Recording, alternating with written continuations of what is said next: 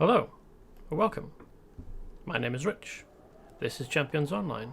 I'm glad you're here. Champions Online is a superhero MMO based on the Champions pen and paper RPG. This is Technical Issues, an electricity superpowered powered superhero. The superhero who I'm playing. This is the village of... I forget what the name is. Chieta Bigfoot, I think. The friendly Bigfoot. Anyway. Who are having some trouble with evil Bigfoots who have summoned... I don't know, there's a bunch of people over here who are summoning evil. We're in Canada, by the way. The snowy north of Canada. We were dealing with a crashed helicopter and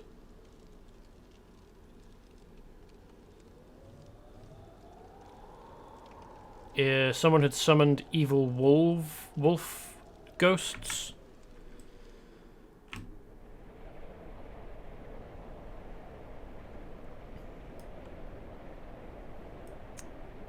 And someone has done something with the chief of the Chieta village. Tracker finds the path. No, that's not. Is that it? Is that the chief? It's been a little while.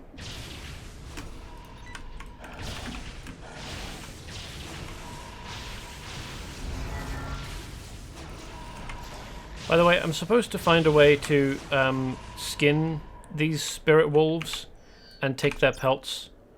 Obviously, for the purposes of the game, this is as easy as walking up to where they were defeated and taking the object that was dropped.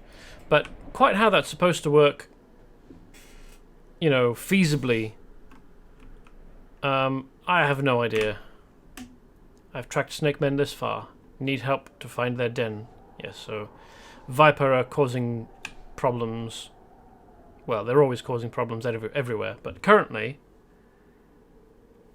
the issue is that they're causing problems here for these friendly Bigfoots. Hello. Did Torch Burning Brightly send you? Good. Called walks in forest by his tribesmen. This keen-eyed... What?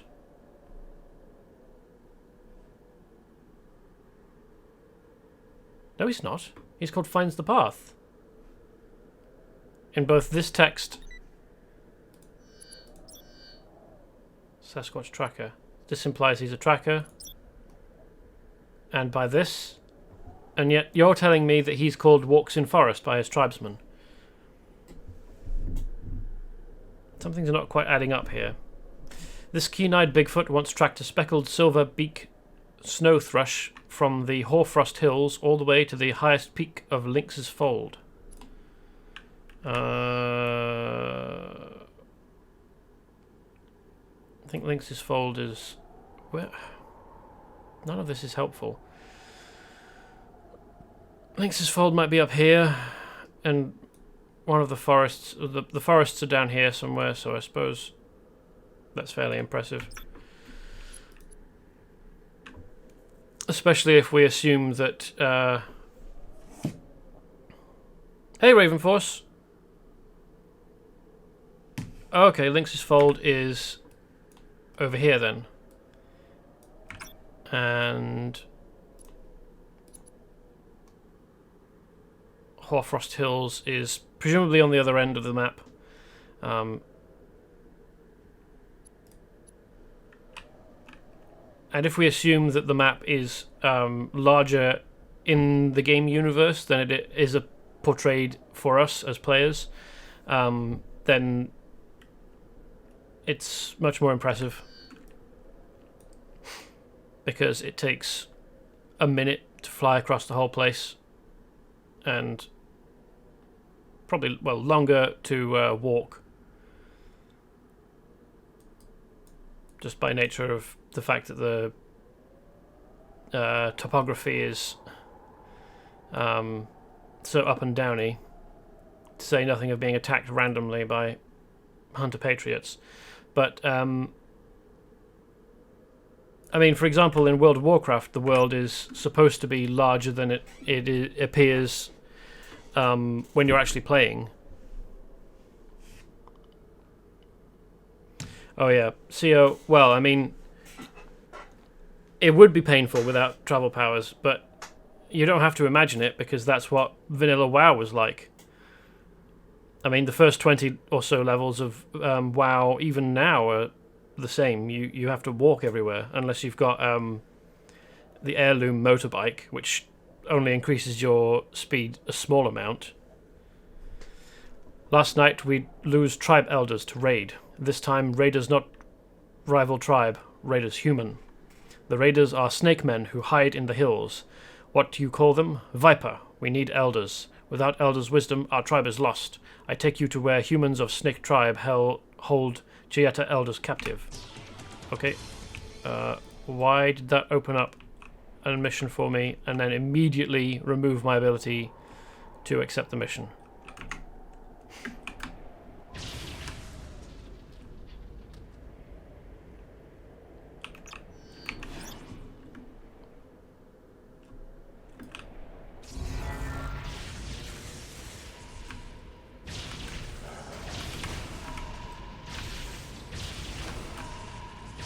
Hopefully he's not going to run into anything.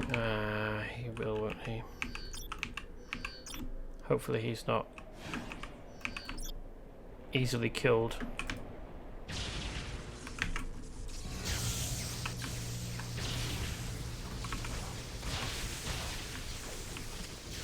No, he seems alright.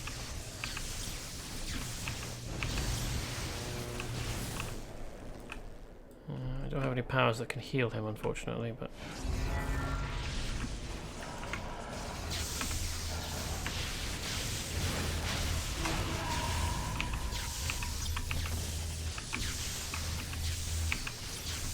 Why was one of those spirit wolves holding a Bigfoot axe? I definitely just got a Bigfoot axe from one of those drops, and one of those drops was definitely... What was the point in this? Well, like, it's difficult to find Viper from the air, or with any travel powers. I didn't need him to lead me here. And what's he doing running off like this?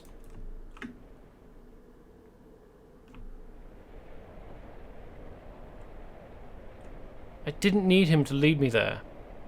And now I assume I've got to wait for him to respawn here to pick up that second mission, or go all the way back to the village.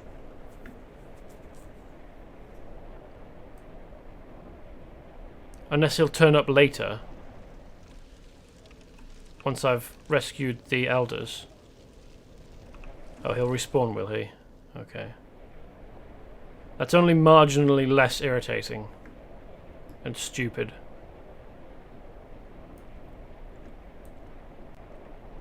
Well, I mean, to be fair, I was standing there reading the text of the mission out loud, so it was probably assuming it was giving me enough time. I've acquired enough... let's go this way. Spirit wolf pelts. Quite how someone who doesn't have any obvious weapons and has electricity powers is supposed to get pelts off of spirit wolves. I mean, it would be difficult enough with regular wolves that aren't manifestations of nature or something.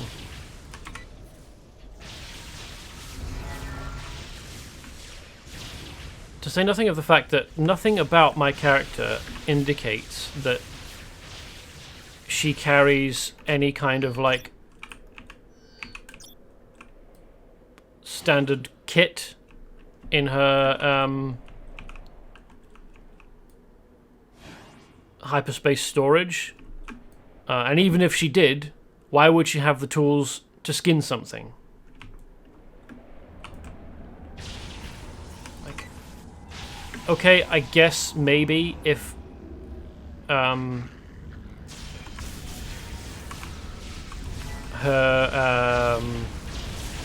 crafting skill is supposed to have any, like, in-game effect, like in-universe effect rather, on, like, the things that she carries with her. Maybe she has the kind of objects, because she's got mysticism. Maybe she has a collection of the kind of objects that you might use in ritual magic. So maybe a knife of some kind is included in that, an athame, which is the name for a ritual magic knife.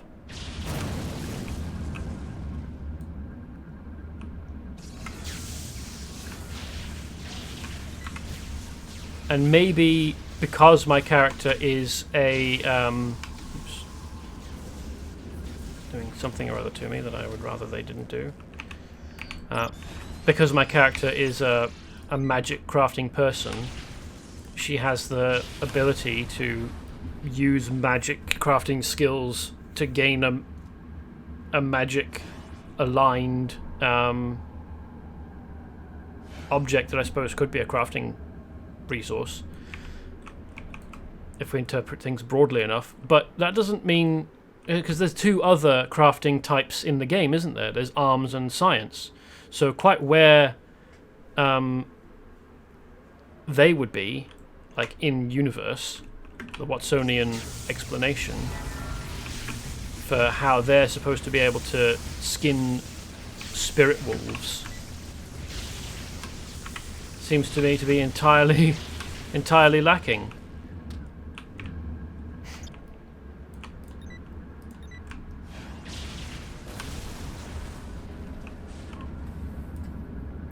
Well, he's even got grey hair.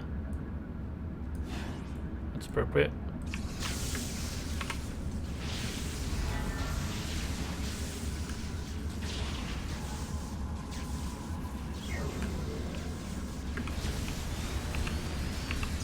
And my lightning boys, round lightning boys, freed him without direct intervention. Cool. I have one advantage point. Okay, that's not really... Can't do anything useful with that.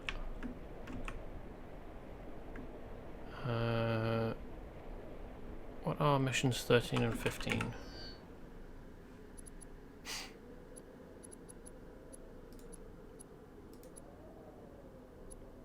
I don't understand why the numbers on the map don't correspond with the numbers on the list.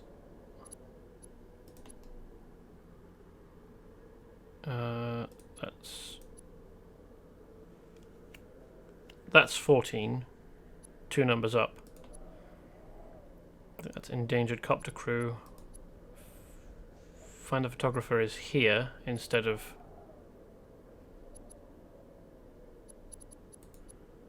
So, perilous payload will be this stuff. Okay. So what I'm supposed to be doing here is making sure that Bigfoots don't switch from probably stone axes to advanced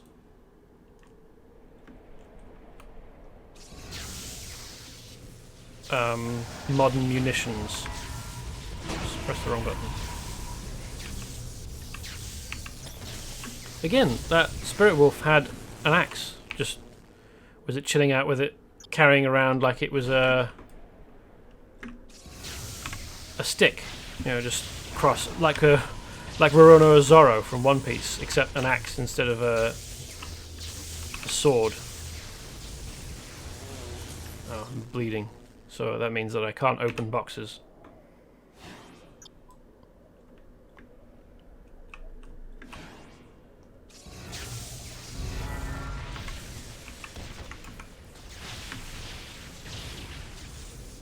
I mean, to a certain extent that makes sense. Like, if you're in constant pain, whether through bleeding or any other dot, you probably can't concentrate very easily.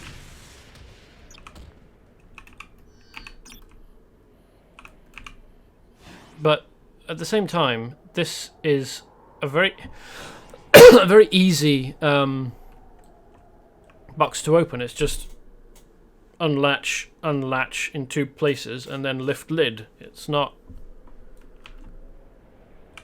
rocket surgery.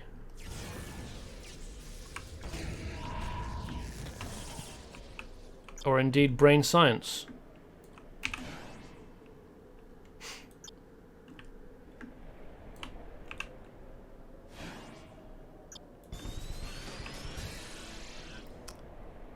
So this is finding lost members of the crew. Here's one.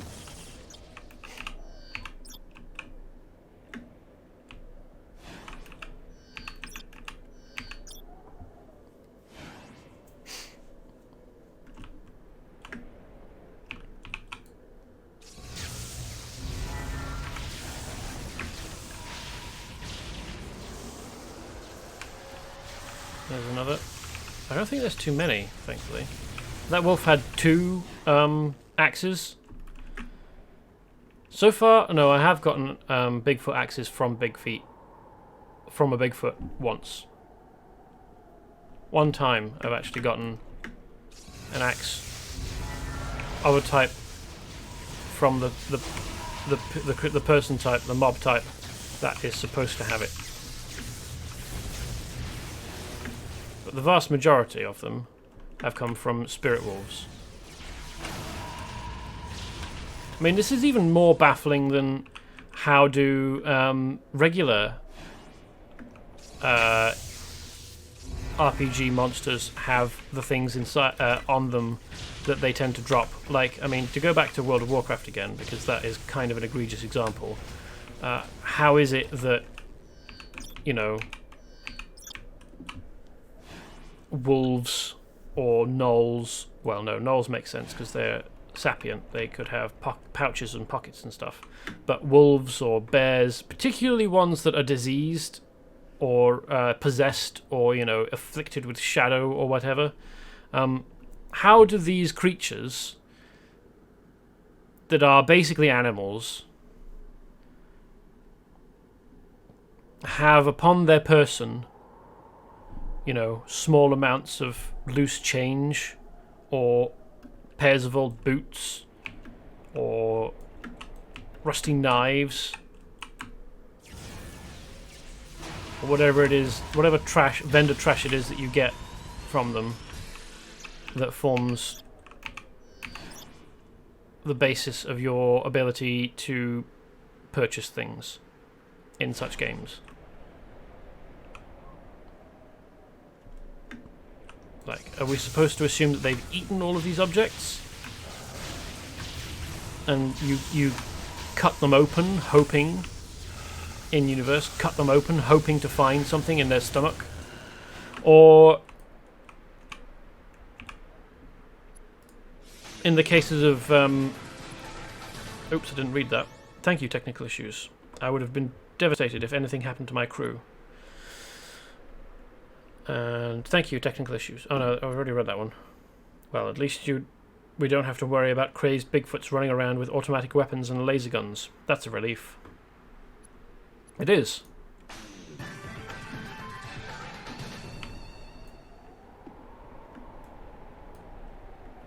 So, I mean, in the case of wearable objects, are we supposed to assume that a bear is wandering around in World of Warcraft with a pair of boots just on its paws because it feels like it? Because some weird obsessed druid is running around the hills of geez, I can't even think of one. Hinterlands, the Hinterlands. That's near the dwarves, isn't it? They have druids. No, they don't. They've got shaman.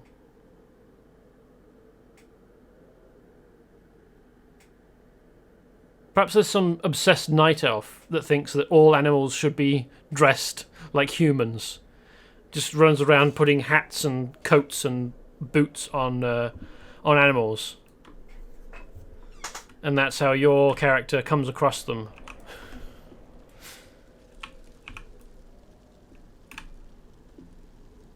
The spirits of the northern gods smile even on you, hairless one. Me called talks to spirits. I am mystic of Chieta Bigfoot tribe. I am wise and all-knowing. Except for one thing. How you stay warm without fur? Well, you see, my armour is centrally heated. It's electrically powered, which is handy because I generate electricity in large amounts. Also, this is a rubberized suit, and let me tell you, rubber's also very hot. I think the question you should really be asking is, how do I stay clean? And I haven't got a good answer for you. You good friend of Chieta, I will make gifts and try to restore favour of northern gods. Hey! Greetings, hairless one. You very little. You sure you are hero? Yeah, we spoke about this on Friday, but he would still give the same response, referring to us as hairless and little, even if we were enormous and shaggy. Thank you for saving Chieta elders. You very brave for someone so little. Thank you, brave technical issues. This land belongs to Chieta. Nasty viper snake men have no business here, and you put a scare into them good. Indeed I did. So let's go back and try and find the tracker, who apparently has two different names. The game is confused over which one he is known by. He's either finds the path or walks in forest.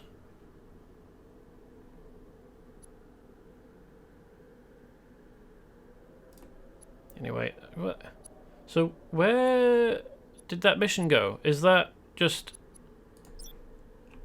Is it a hidden mission? Is it unavailable now that I've done the first one? Should I have dropped the mission? And then waited for him to respawn so I could get it again? Because I definitely saw another mission appear with an exclamation mark.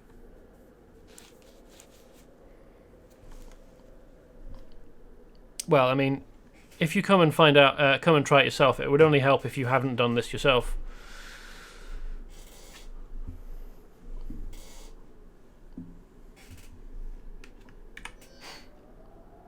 So, what was this one again? Follow a leader? No.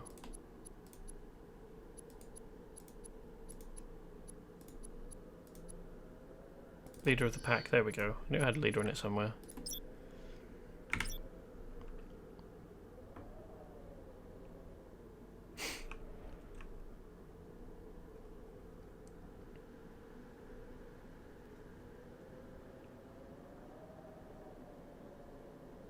Because it's a very bad joke, and I am an enjoyer of bad jokes, at least when I make them. I mentioned earlier mixing up rocket scientist and brain surgeon, so that you get rocket surgeon and brain scientist. I created a rocket surgeon in the game, so with a knife, just single blade, and jetpack travel power. Haven't done much with him, but it's funny. Well, it amuses me, and that's the main thing.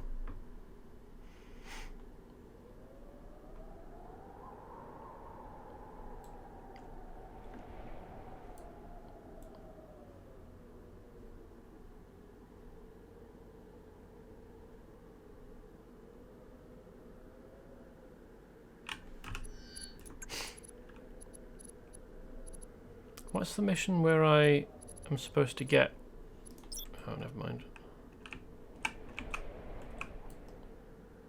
It's very difficult to to see your character because of the millennial flight.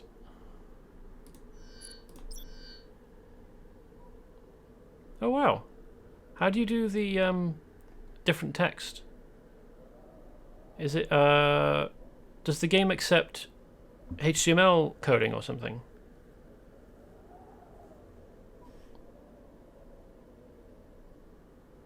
Oh cool.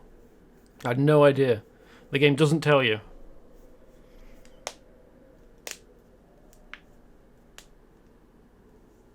Oh cool. Okay. I mean, I'm probably not going to bother with my character, but somebody will come along and watch this and go, oh, I never knew that, and try it themselves, so that's cool. Ah, on the forums, of course.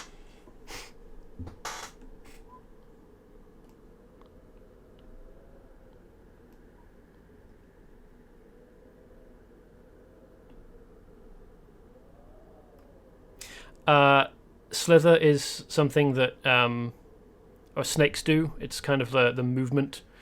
Sliver would be the correct with a V. Sorry to be nitpicking your character bio.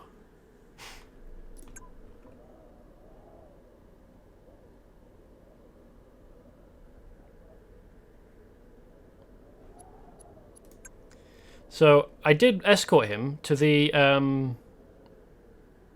Viper base.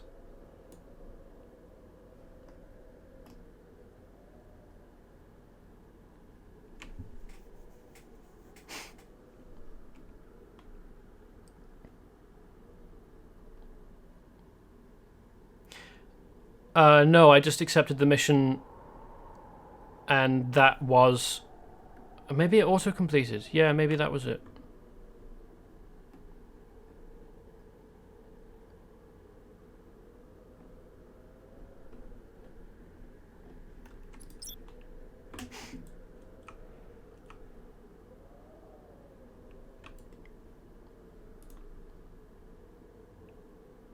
Well, thanks for coming to check. I'm impressed with how you've got I think it's the ghost effect on your whole character. Do you have to go through part by part, like torso, leg, foot, wing? Oh, it's an aura power. Oh, cool. Okay.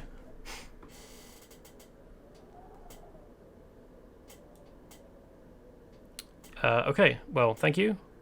That has been another point of data in the investigation. I'm going to go and defeat Turngalt Wolf, or the Turngalt Wolf, I should say. Is it inside somewhere? No, it's just chilling outside. Okay.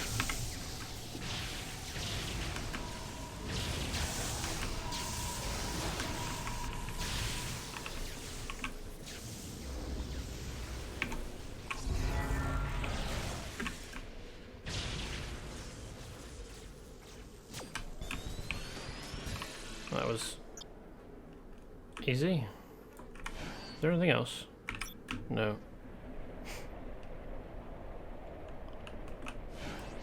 What was the point of that again? Killer spirit wolf possessed by the spirit of Turngate. Turngate, not Galt. Galt would have been cooler. He turned other wolves in pack to savage killers. Okay, yeah, fair enough. Definitely needs dealing with.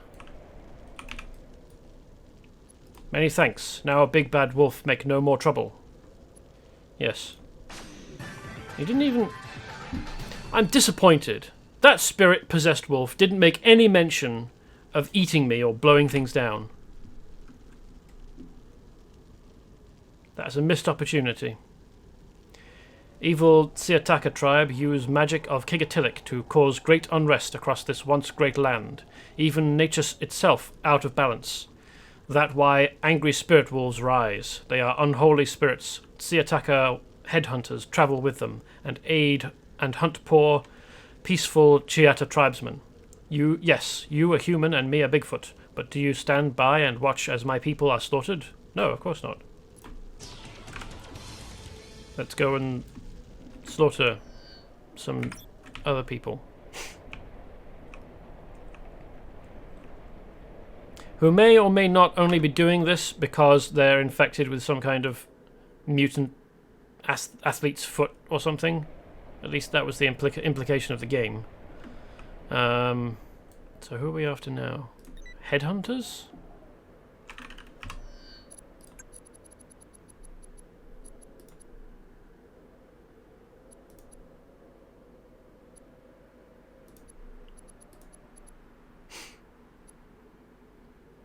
Recover Chiata skulls. Ooh, that's pretty gruesome, isn't it? They are not just hunting their peaceful neighbours, but removing their heads and doing whatever it is that's necessary to remove the flesh so that they're just skulls.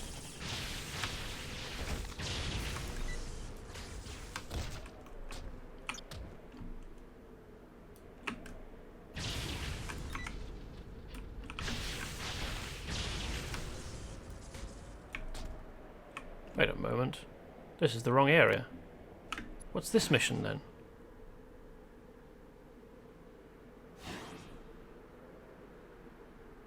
Oh, I'm supposed to just defeat headhunters here.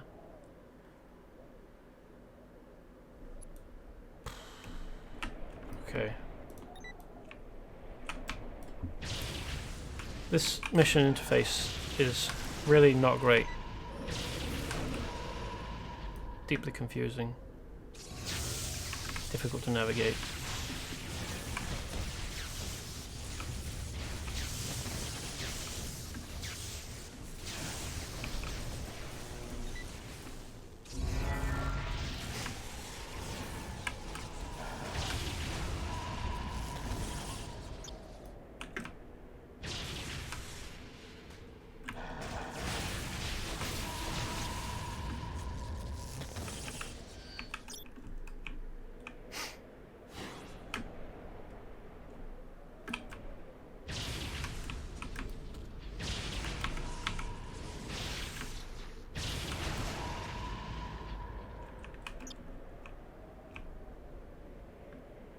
So I spoke last time about orbital strike, or orbital cannon, I think, and what other power was it? Strafing run or something like that, or bombing, attack strafe maybe? I don't remember. Gadgeteering. Basically, I tried them out on a strafing run. There we go. Okay. The implication is that it's bombs, and it does leave a pyre patch, which is basically game speak for a section, an area of fire. But the way that it manifests when you actually use the power, it looks more like a pair of cannons firing on the ground, so presumably incendiary rounds. I had thought that strafing run would cause like a targeting reticle to appear underneath the target, but that's not the case. Strafing run actually has a target area that appears under the cursor, so you could actually place strafing run power effect wherever it is inside the range that you feel like, which I don't think very many other powers do in the game, and I think it's really cool. Orbital cannon has a very, very specific appearance to it. It's got a very, very large target reticle, and it has lasers. A series of lasers appear and like home in. It is the only power with that targeting effect. Wow, okay, it's really cool and really effective. Like really efficient. I really like it because it doesn't require any target. You can just use it. So quite what I think it's Viper dudes use that target you, that have a little reticle underneath your character, and then cause an explosion or whatever it is. Quite what power that actually is, I actually don't know, because I had thought that it was strafing run, and it turns out that I'm wrong.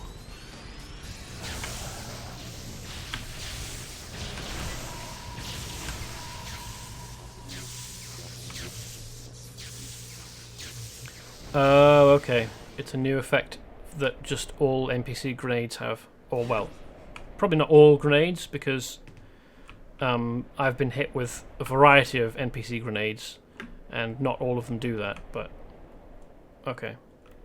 Thanks. Worth knowing. Because I had thought that all powers are available to all PCs or NPCs, and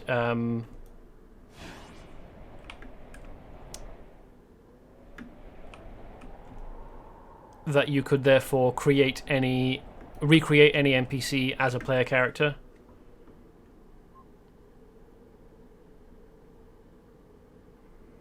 It should have, most because of the hate from the community regarding Harmon Labs mobs. NPCs tend to have special versions of powers. Yeah, so they're not always quite one-to-one, but I had thought that it was more or less the same. Like, the only attack that I knew that you couldn't take initially, or the only I thought that you couldn't take, was the Irradiate's like lob radiation effect.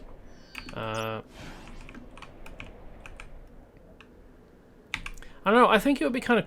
I think it would be better if all powers were available to all NPC or PC, because.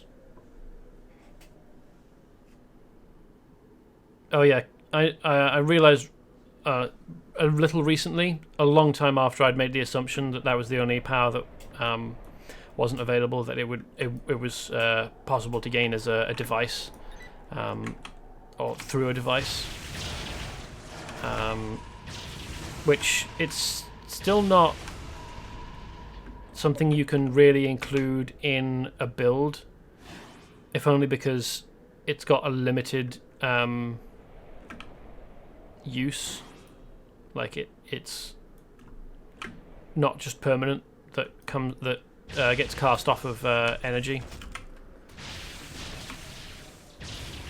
And kind of saddens me, because I'd like to be able to build a radiation-based character, and I know that there is a way to do that. You can either do laser sword or a variety of powers from gadgeteering and power armor, but I don't really like toggle powers. And most of the power armor attacks are toggles, or they are AoE, but in a cylinder, which you have to line enemies up for, and I just find needlessly finicky.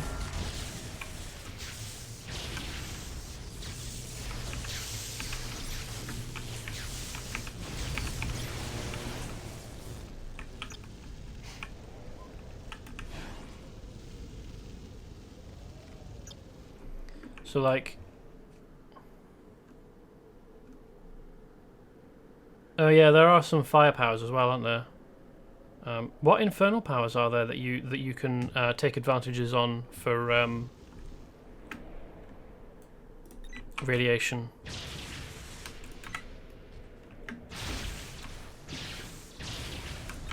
Because what I'd like is to be able to build a rad type character like you can in City of Heroes.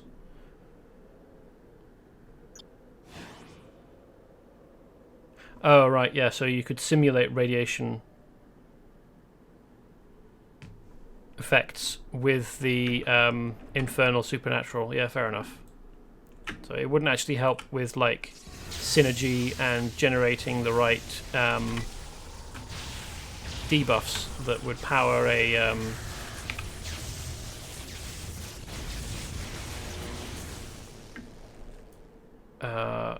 what's the word? A slotted passive, not a slotted passive, an energy unlock.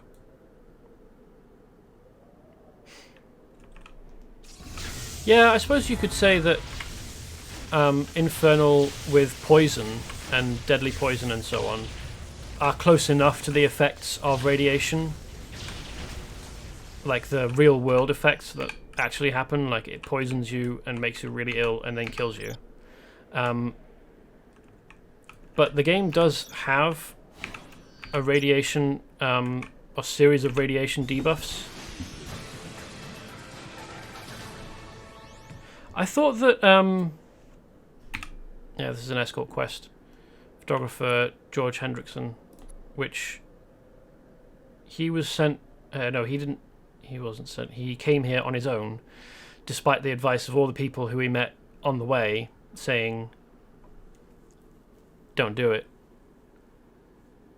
Award-winning nature photographer known for his pictures of snow-capped landscapes and pastoral winter panoramas. Hey, technical issues. Thanks for finding me. I was just taking some nature shots and one of these Bigfoot creatures grabbed me.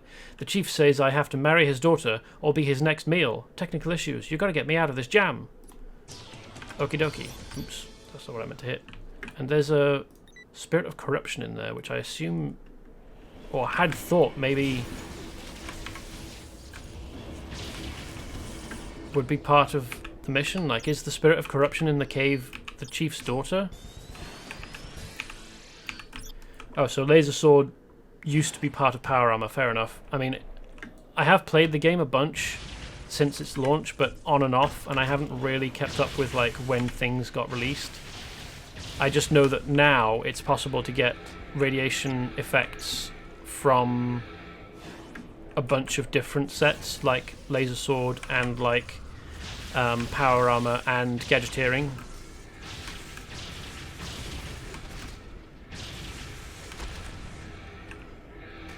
Thanks for the help, by the way.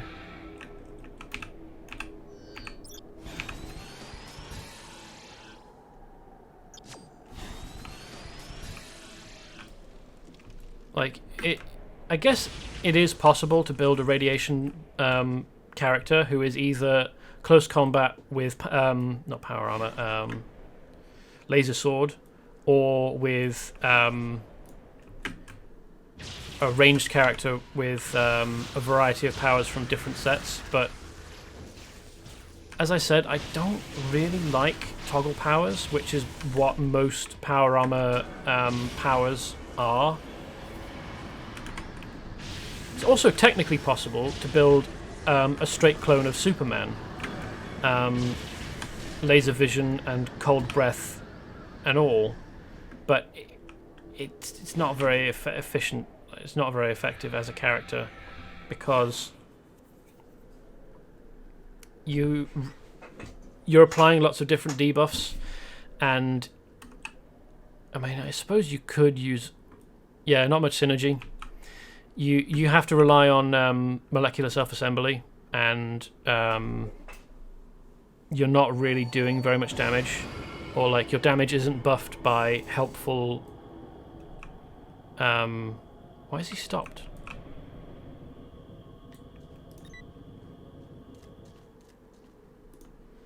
Your damage isn't buffed by helpful buffs on yourself or debuffs on your enemies.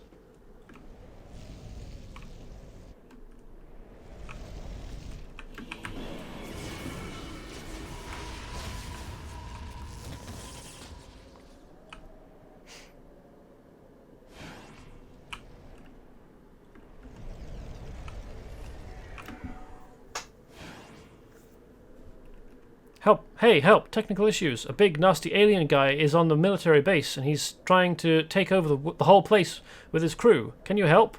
Yes.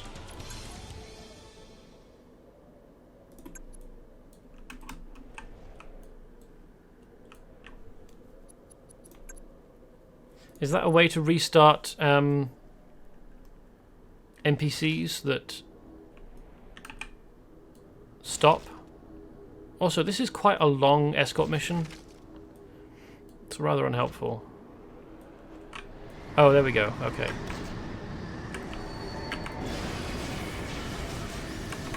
Thanks. I would have had no idea that that was possible to reset a, or at least this one specifically, but to reset a stuck escort mob. I would have had to. My only idea to fix it would have been to restart the quest or mission rather. Drop it and restart. So. Thank you, you're teaching me. I don't want to go off all weeby and use senpai, but thank you.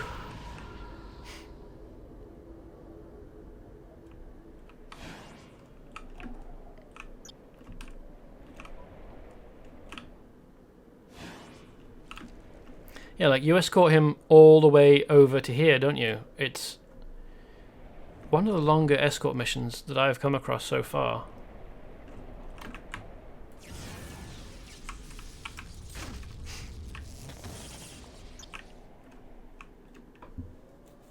Thankfully, as far as I can tell, you don't have any ambushes that pop out and start on him.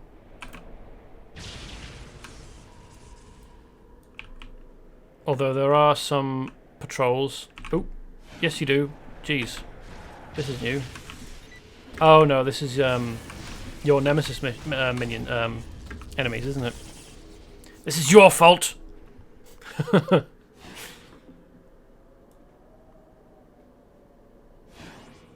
No worries.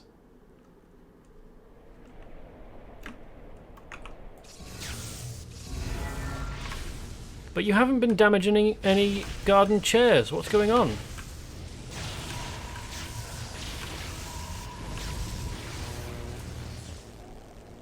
Oh no, has he got stuck again?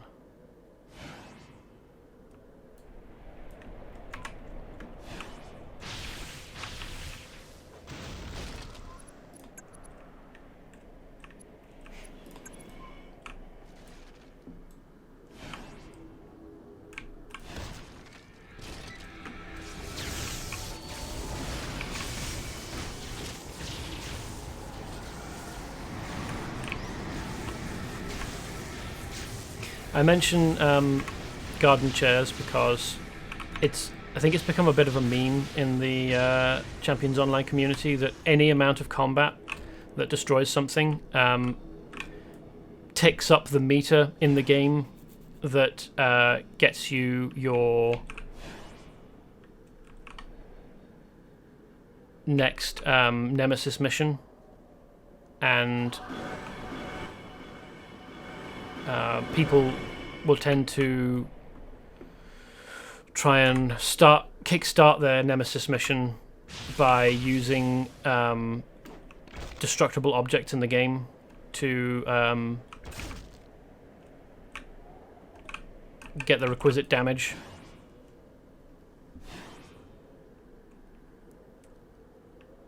So people who want their Nemesis mission to happen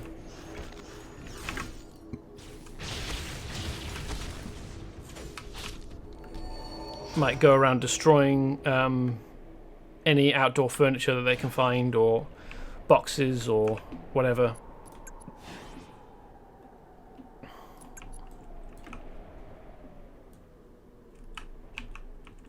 And I don't remember how many nemesis you can have, but it's quite a lot. It's more than I thought. The implication of the word nemesis being there's only one, but apparently the game is fine with you having, what was it, 8 or so? More, perhaps? All of them unique. Well, I mean, you could just remake the same... Could you? I mean, I've never done that. I've only ever made one on one character, but could you just recreate the same nemesis over and over again? So that it appears as though you've got one nemesis Oh, you can.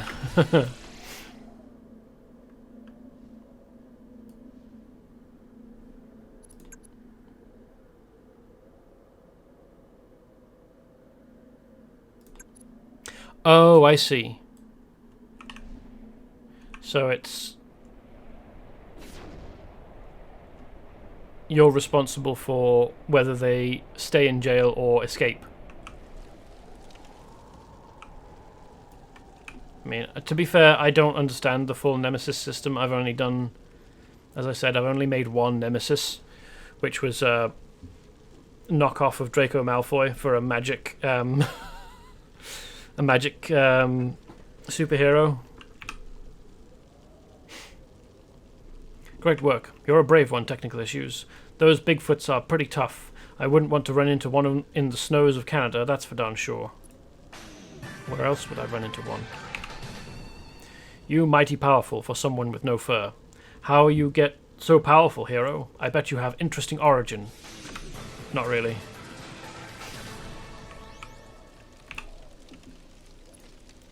You so brave. Why, if I not know better, I think you have Bigfoot blood running in your veins. Well, maybe I do. Maybe I've got short but very, very thick body hair, and that's where all my electricity powers come from. They're static electricity generated. You true hero. You saved Chiata tribe. Maybe in your honor we build statue of you out of clay and bear dung. Well, I mean, if you really want to, I won't stop you, but... You're the one who will be doing the collecting of bear dung. Oh yeah, that's right. That's the Teleios lab. I mean, it'd probably be better to get it out of the way, wouldn't it? Oh yeah, I leveled up, didn't I? No, I don't want to do that. I want train. There we go. Now, what do I want?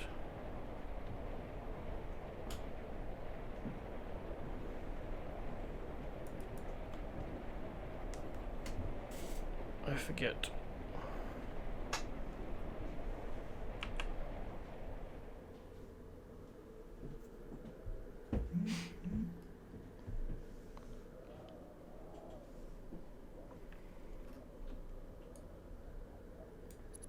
Do I want Death Arc? Probably not.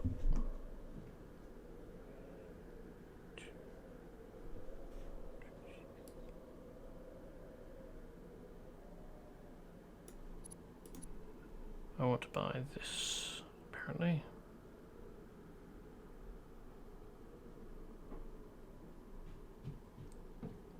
For the duration of energy sheath, incoming damage will be subtracted from energy instead of health. That's pretty cool. I mean, I don't use it very often, but it's still cool. And I want...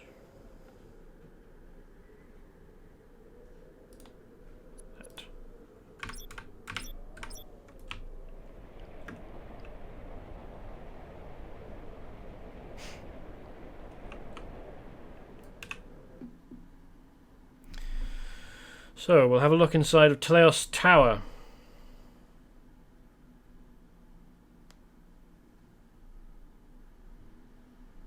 It's not that interesting.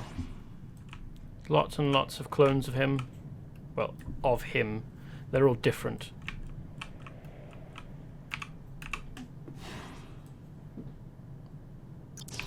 They're all supposed to be physically perfect.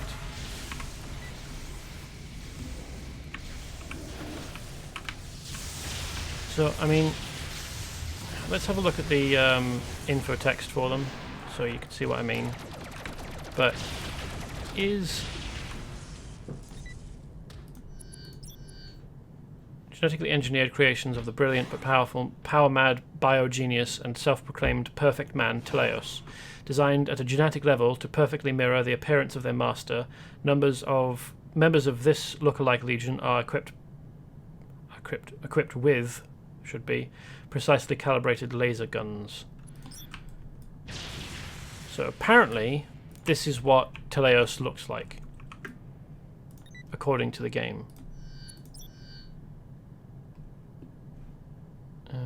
Are they identical? No. These are blonde.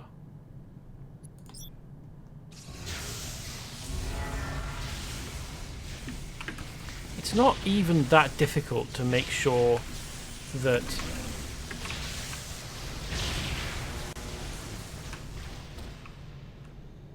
oh no, my character's got stuck. Confused over whether she's walking or flying.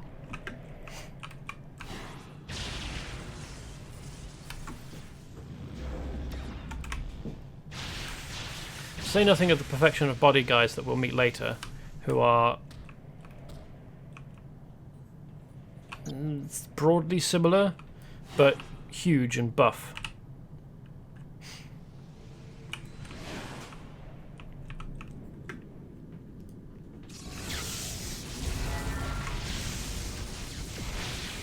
Oh, fantastic. Pulled the whole room.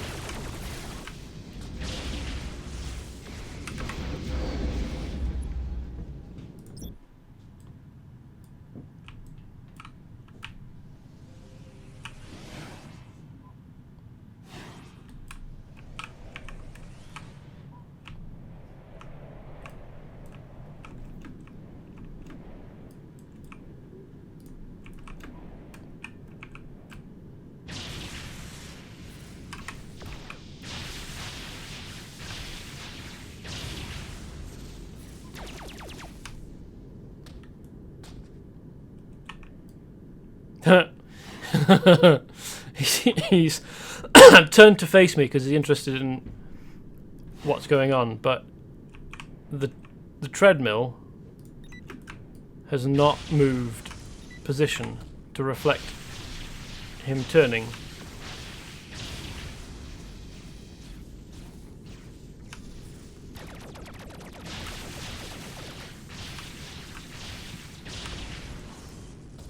So much easier on my main.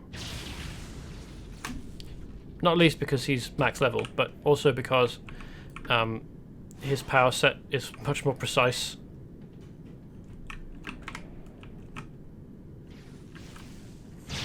No, I probably won't. Oh well, I mean,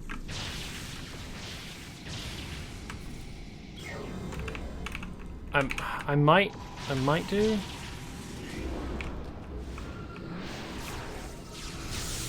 Oh, here we go.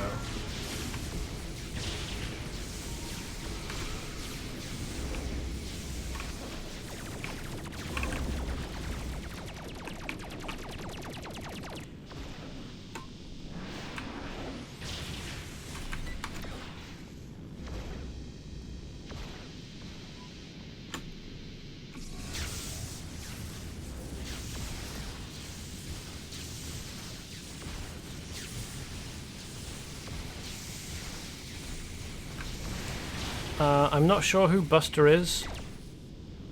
Oh,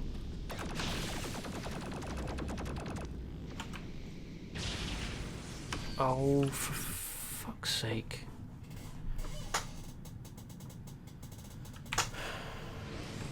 Is it the crash test dummy looking guy that's on this level or the next one up? Because when I tried to fight him on my main, he just stayed in his pod the whole time. Oh, he'll become active with enough damage. Oh, okay. I obviously didn't do enough even with my main. So no, I'm not going to bother with him. Unless you get something incredible. Why doesn't... I was pressing the button. Why didn't it activate?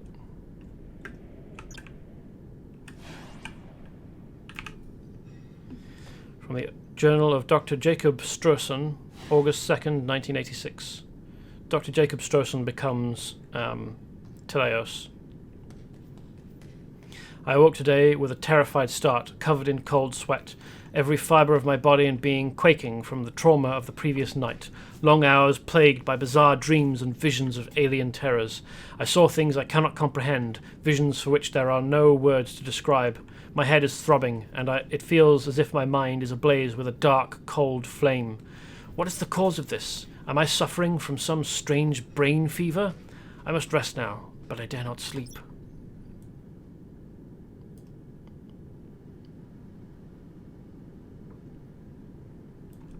Do perks actually do very much?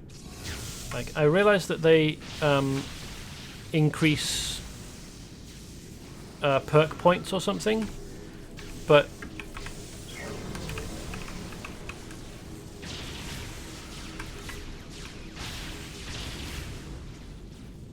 oh, costume unlocks. Okay, well then I guess that there is a reason for me to do them, because I really like making use of new costume parts.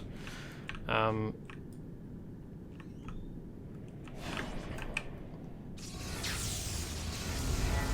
I guess I'll have to trawl through the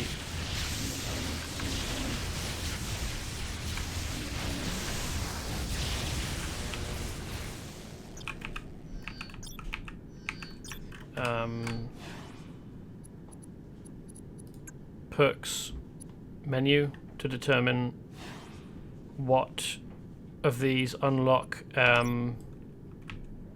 costume parts. This is going to be... ah yeah, so this is Buster, who, as I said, looks like a crash test dummy and is a cosmic villain for some reason, with nearly 200,000 health as compared with 2,500 health in the case of this Teleios clone Mark 1 henchman tough. Oh, how am I going to do this? Well, I suppose I could pull someone and then run out of the room.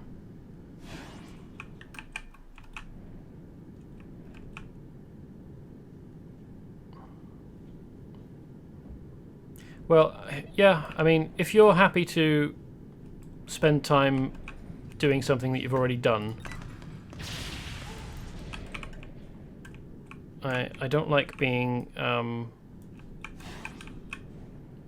burden on people.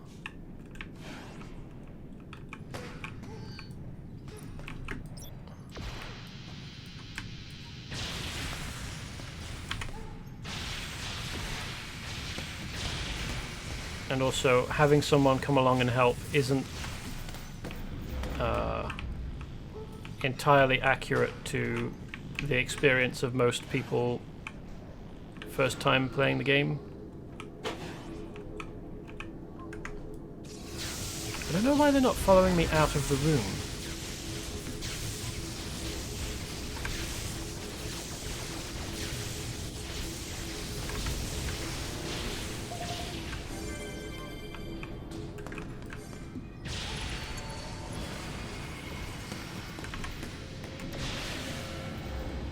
Well, I mean, it's not a very exciting mission, it's just lots of stuff.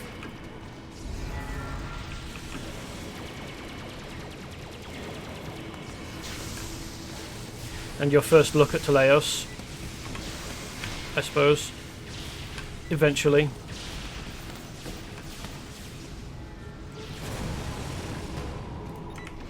Now that is curious, isn't it? Why would a punching bag explode violently when destroyed? I mean, I guess maybe you're not supposed to be destroying punching bags, but like,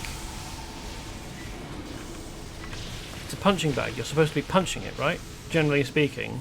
So why would that even be a possibility in the design?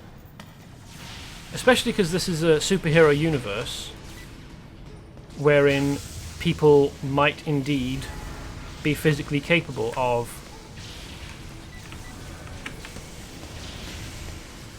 doing enough damage to a punching bag to make it, well, destruct.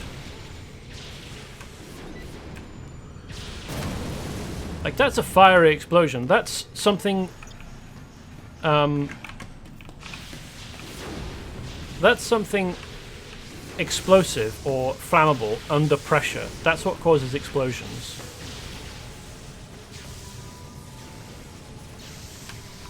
I don't appear to be doing... neither of us appear to be doing any appreciable damage to him. Does that...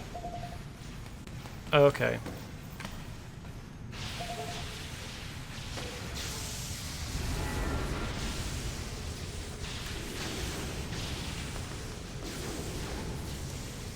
So I'll go back to complaining about why a punching bag would be explosive, I think. Yeah, again, there, we see. That is clearly a flame-based explosion, which you only get if something is, you know, flammable.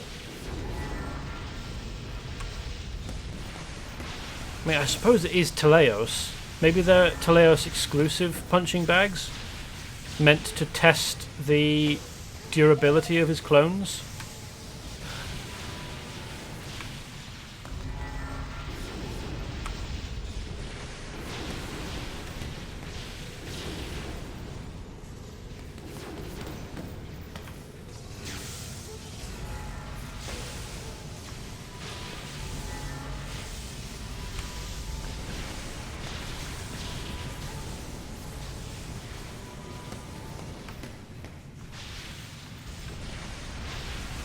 Wasted a lightning bolt there. Oh well. Or a Geiger bolt, rather.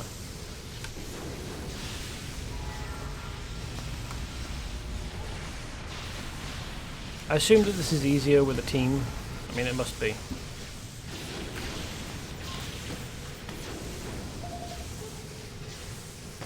You'd have a crew of people all dealing damage to him.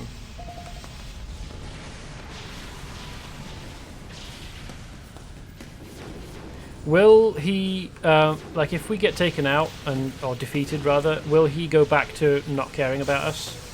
Or will activating him make it impossible to pass this room?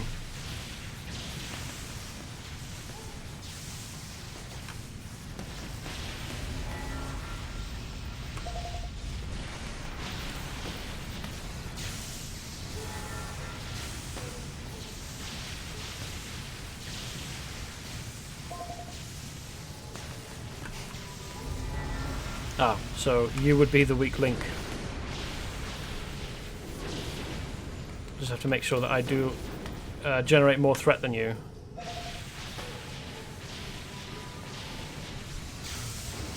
Does healing generate threat? Some of the things that I've read about how to play indicate, or yes, it does. Okay. There he goes. Oi, come on. Get me.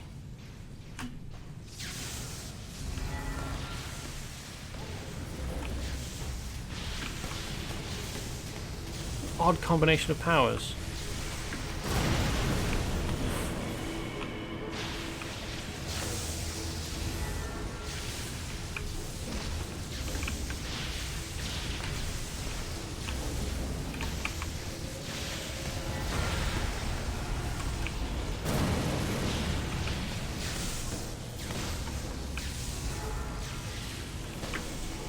Oops, hello. Trapped in a bubble. So it's like a combination of super strength and force bolts, I want to say.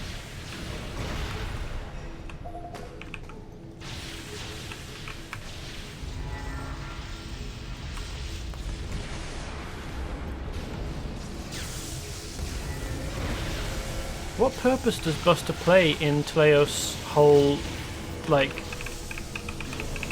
deal here? I mean, he's not a clone. And as we go through and read Teleios' journal entries, we eventually find that he's suspecting he might be being sent the dreams by some other outside force. And I had been wondering whether it might be, I don't know, the Kings of Edom or something.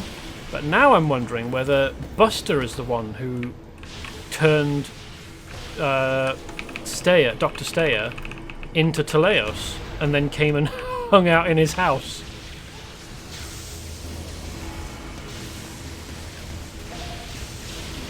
Buster the evil mannequin.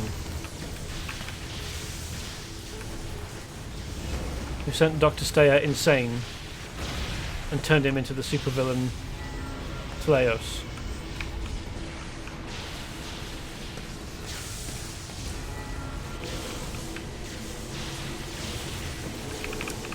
Wish he'd bloody stop that. Is it still the case that control builds aren't really viable? Because I know that it used to be that each application of a control ability would give an enemy a buff, a stack of a buff that reduced control effects on them. So like, you deal enough damage fighting average mobs that the buff that protects them wouldn't matter very much because you take them down before it really impeded things. But against bosses like this guy, you'd be fighting long enough that the buff would come into play. Ooh, hey.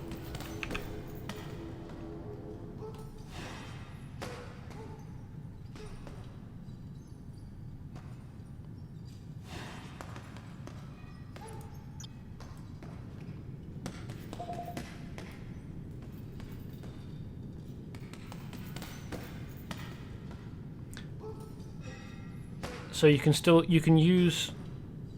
Wait, hold on. Do apply hold resistance, but crowd control's primary effect doesn't apply. So what? The damage doesn't apply, or the?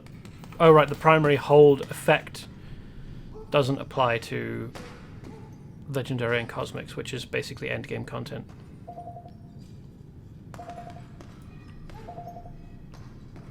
Okay, so you'd basically be stuck with dots, I guess. Just applying slow damage debuffs.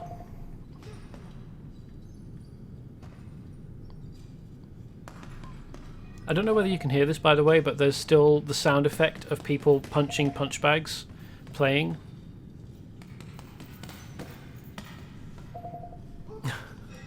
And like someone grunting because they're exerting themselves.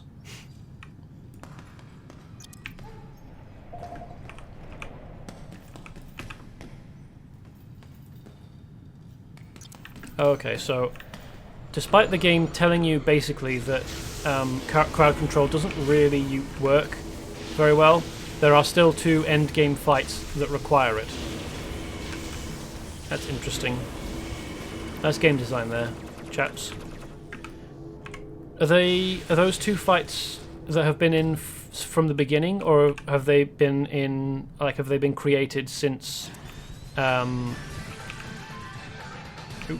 No, I don't want to pick up that crate. And I can't take the goo. Okay. Okay, so they're Perfect World Entertainment have come in and made it so that I've revamped the cosmic fights so that, well, I suppose in fairness, that is a nice thing to do. There it is. Cloning bath should work now. Yes, this is the goo that we shouldn't go and stand in because it hurts. I suppose it is nice that they've altered the game so that a part of the core gameplay, as in crowd control archetypes, can actually be useful in the game.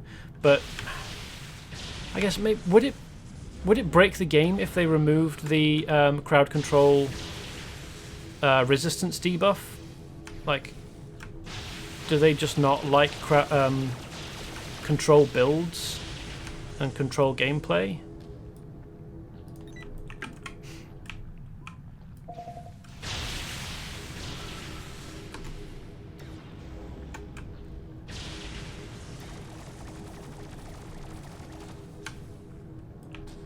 So there should be a No, maybe not. It's not this one. Maybe it's the one across the way. But there should be a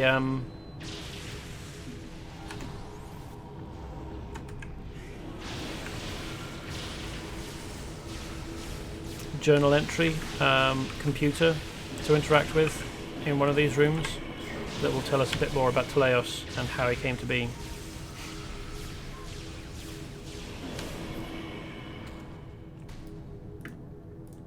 Do you know, I don't think that I destroyed these last time.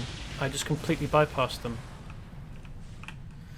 Let's see how much damage this does. It's not that bad. I mean, you wouldn't want to get stuck in it during a fight, but... So here we go. Perfection of body.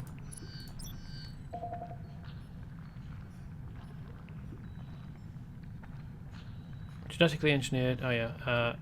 The massive muscles on this bioengineered Adonis can create a thunderclap that will stop you in your tracks, a foot stomp that can take out an entire super teams, and an uppercut capable of shattering even the hardiest of jawbones. So the key is to not be in melee combat with him.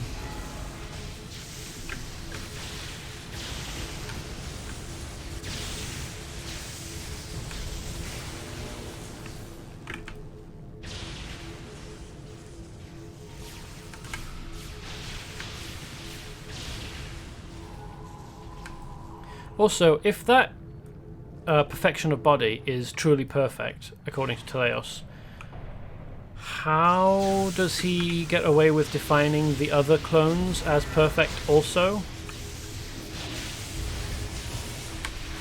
It's like the Borg, as I said a couple of, maybe last week or so, a while ago.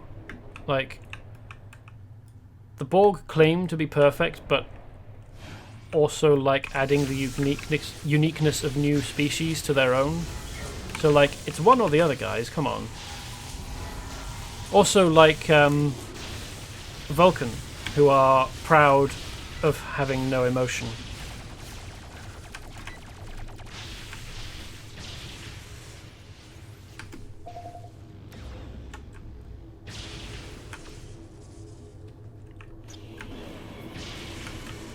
Is there a power that summons mind worms? I think there is, just that it's unlockable and I haven't unlocked it. Oh, it's a device. Okay, fair enough.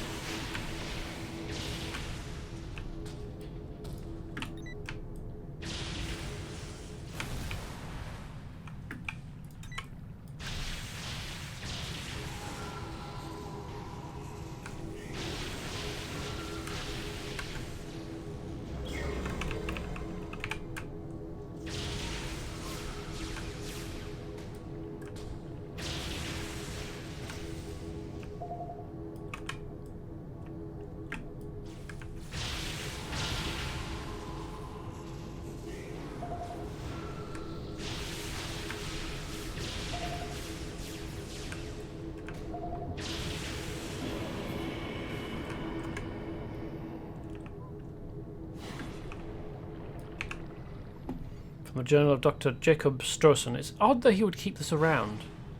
My dreams, so strange and foreign and jumbled just a few weeks ago, have come into focus. A focus so sharp and clear, it is as if I have finally awoken from a lifelong slumber. And with this new focus and clarity comes understanding and revelation. I must remove myself from society and its pedestrian morality and expectations. I must set myself apart in order to ascend. I must reinvent myself, figuratively and literally. My first order of business, put my genetic discoveries into practice. I must build a new body for myself, and I must demand nothing less than perfection in this and each and every one of my subsequent scientific endeavors.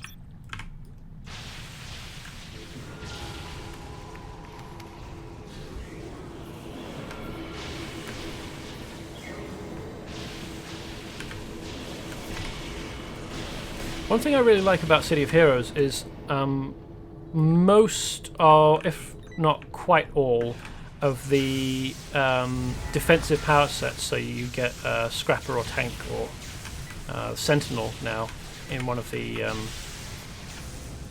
oh yeah, shoot the lightning user with lightning. That's a great idea, thanks. Perfection of mind. most, if not all, defensive power sets in City of Heroes have in them a power that protects you from mesmerization and mind control and like just control effects in general, which is enormously helpful, particularly because in that game a bunch of different mob types have crowd control effects. I think probably more than in this game, and you certainly meet them more often. So it's really nice to be able to like get hit with a crowd control effect and then go, nah, I'm good, thanks, and turn on your mind protection ability and keep fighting. Yeah, the knockbacks and like the things that interrupt your character and remove your ability to control them are super annoying. So, perfection of mind. Grey matter cloned from the sublime cerebellum of Teleios himself, capable of creating literal mindstorms of lethal lightning. Again, only relevant, only an issue if your superpower itself is not based around lightning. Now, lightning does do some damage to me, but it also just immediately and enormously increases my energy, so that taking down somebody who's dealing me like piddling little amounts of damage is not a challenge at all.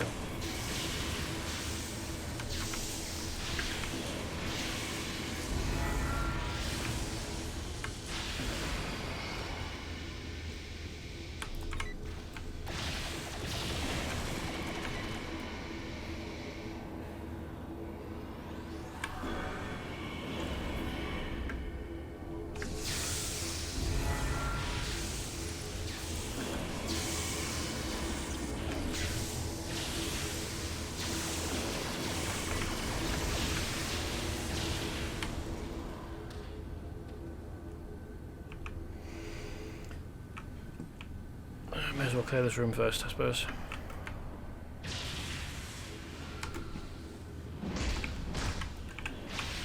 So this is a floor full of cloning vats, and 2 of them are not a big deal.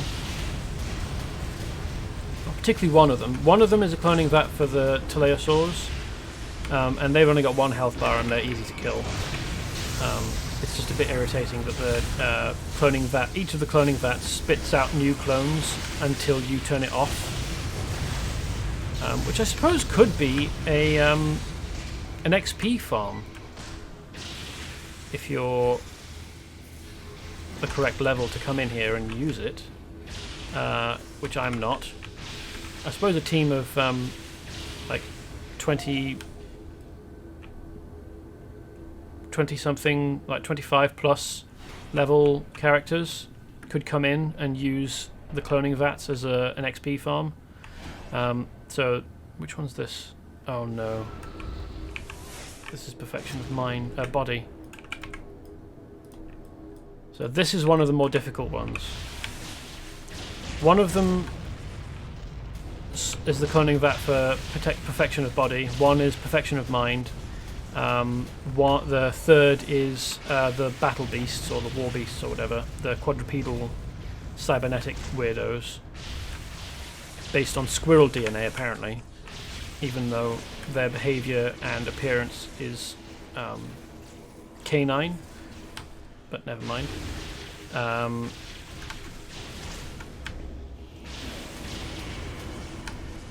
And they've got 2 health bars, which is annoying but possible to deal with. And then the last one is, as I said, the Teleios, which only have 1 health bar and are easy peasy. To all recipients of the newest Perfection of Body upgrades, the latest revision of the Perfection of Body upgrade includes numerous fixes and improvements to your new body as part of my ongoing experiments. Perhaps I should read that after I've completed the room. Or at least turned off the console.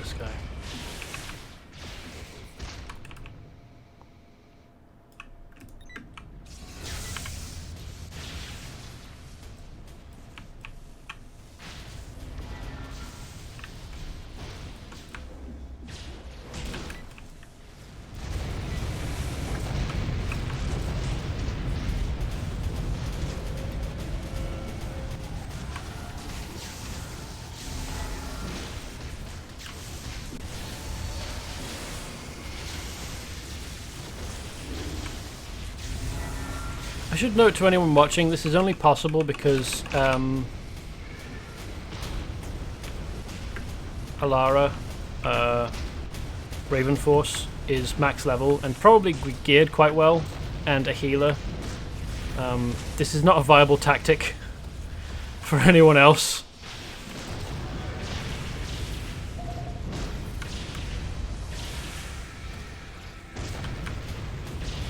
On my main, I took them out one at a time, mainly because of the ground slam attack that the Perfection of Bodies are capable of using, because that interrupts you and stops you from being able to use attacks. Also worth noting, when you turn off the cloning vats, a couple of Teleios sites come in who are presumably supposed to be floor security. They won't necessarily find you, especially if you're a character that's got Night Warrior, I think, the one ability, one slotted passive in the game that allows you to stealth. There are some abilities that wipe your threat and you can use to give you stealth as well, but you have to have a target to gain stealth against, and it only affects a certain number of enemies, up to 10, I think, at a time.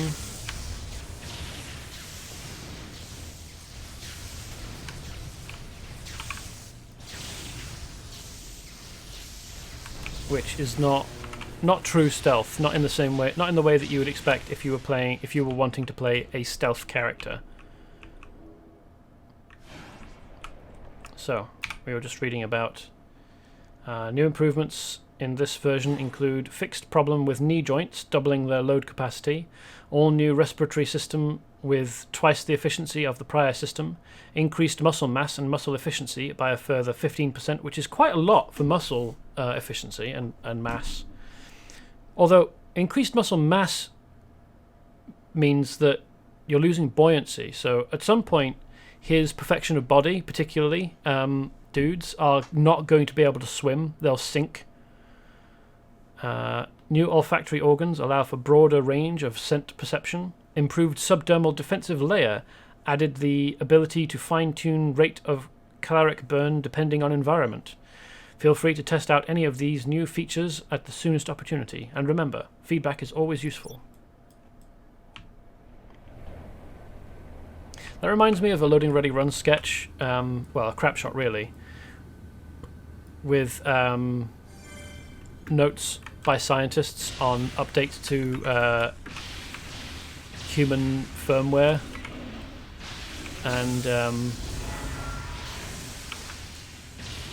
the improvements that they found that they were able to make, because harder, better, faster, stronger, well, particularly harder and stronger, were not feasible whilst remaining human, because humans are already more or less at maximum efficiency in those areas, and making a human, for example, stronger, more rigid, would remove flexibility in the torso that allows for things like breathing. And so the fixes that they were able to manage were removal of the funny bone and stopping loose eyelashes that fall out from getting in your eyes. And then at the end of the sketch you hear a female voice call from the audience, because the way that it's presented is they're supposed to be doing a press conference. A female voice calling, "Have you been able to remove period pains?" And the two male scientists on the mic say, we were unable to... I mean, I'm just repeating the best parts of the sketch here. It's funnier if you actually go and find the sketch, but they said they were unable to repeat the bug, and they get booed off the stage.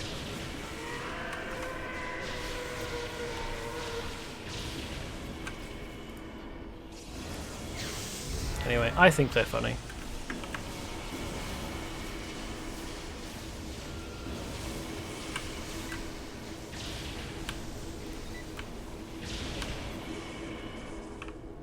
And this is controlled by a brain as well, isn't it?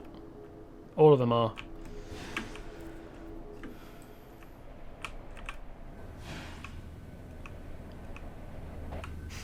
I realise that there are what appear to be mission objectives, but I picked up all the ones that I needed for the mission on the lowest layer, and attempting to interact with that now isn't possible. Like, it's just a bug. It appears as though it's something you could use, and if you try, it says you've already fulfilled the requirements for this mission, and you can't. I'm not sure which one this is. Oh, this is opposite to the perfection of body one, so this is the perfection of mind room.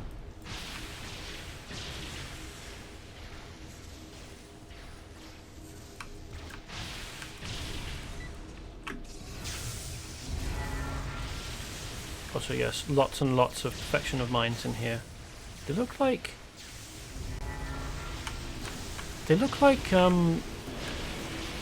old Doctor Who villains, don't they? I mean, they're not quite Daleks, but they are almost. They're super, super high sci-fi gothic looking creatures, aren't they?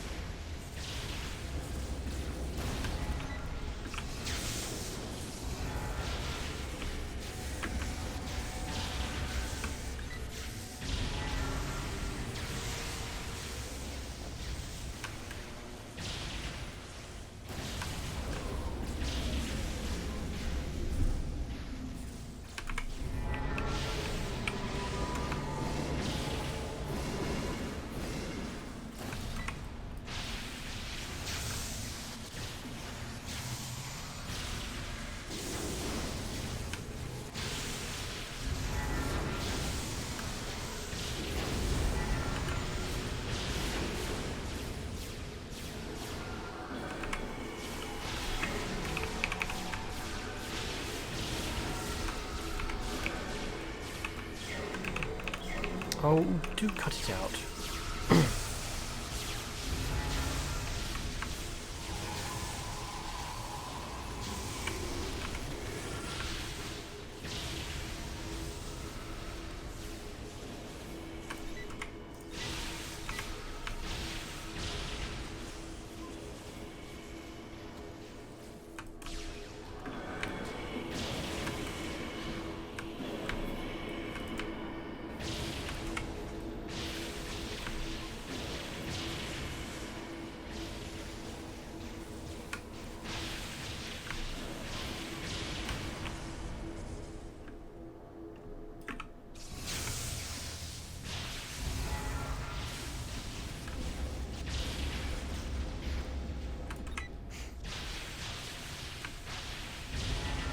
Is it just me, or is this room slightly yellowish? And the corridor leading to it. I think that there are slight colour effects on the lights in each of the sections, perhaps implying each mob type, or at least delineating which one will be which, like if there were any indication on the mobs themselves what kind of colour they'd be. I mean, this one's yellowish, and the perfections of mind, or perfection of mind dudes shoot yellow lightning. I've been cloning brains for years for various uses, but I must admit that I hadn't thought to weaponize them. I hadn't thought of weaponizing them until recently, so seeing the rapid progress of my perfection of mind experiments is quite a treat. I feel a bit like I'm cheating with some of the mechanical support apparatus that I've been using for them, but if I made living bodies for them, the mind-body interface could detract from their mental development. Well, it's a small concern considering the progress I've made and the new directions of research it's opened up to me, but I'm going to need some larger brains to continue full-scale tests. You know, it's just occurred to me, the perfections of mind sprang from this cloning vat, complete with mechanical support apparatus, including a dome and those like metal sheets. Or at least I had assumed that they were metal. Perhaps they're biological in origin, and that's why they can come out of the cloning vats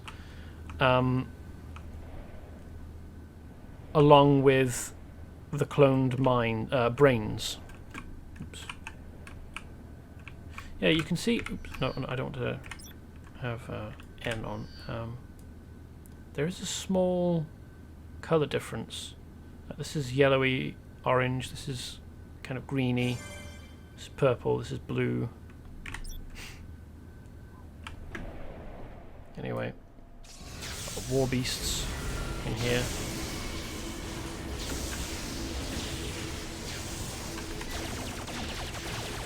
Now, the reason that we're doing all 4 of these rooms is that in order to open the door in the center that leads to the up teleport platform, you have to turn off all the brains and all the cloning vats. Otherwise, you can't progress. That's why we're wasting time wandering around, defeating all of these dudes here. I mean, it's not wasting time really, but it might appear to be. And that's why if you're doing this solo, it's incredibly time consuming. Assuming that you probably can't really solo this below level 29 or 30 anyway, just because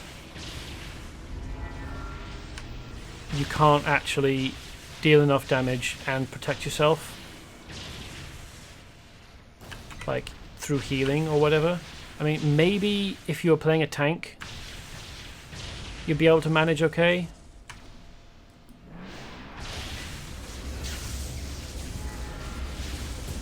But that would be incredibly slow.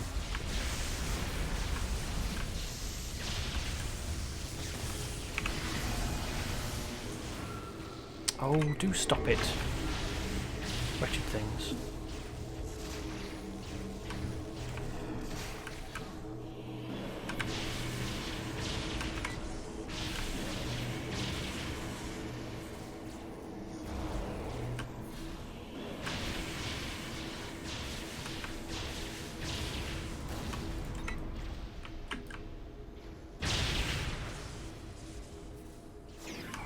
Hey! Is there another... Well, I know that there's another floor after this, but is it the final floor after this, or is it another floor of stuff? 'Cause I can't remember. I think it might be... Yeah.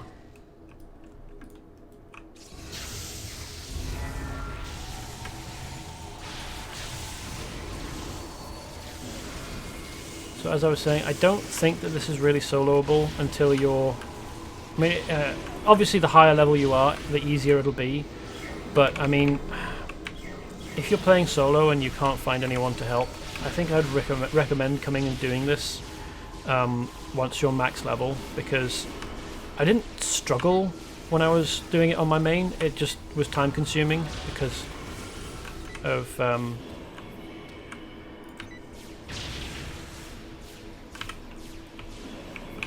doing everything individually with one person.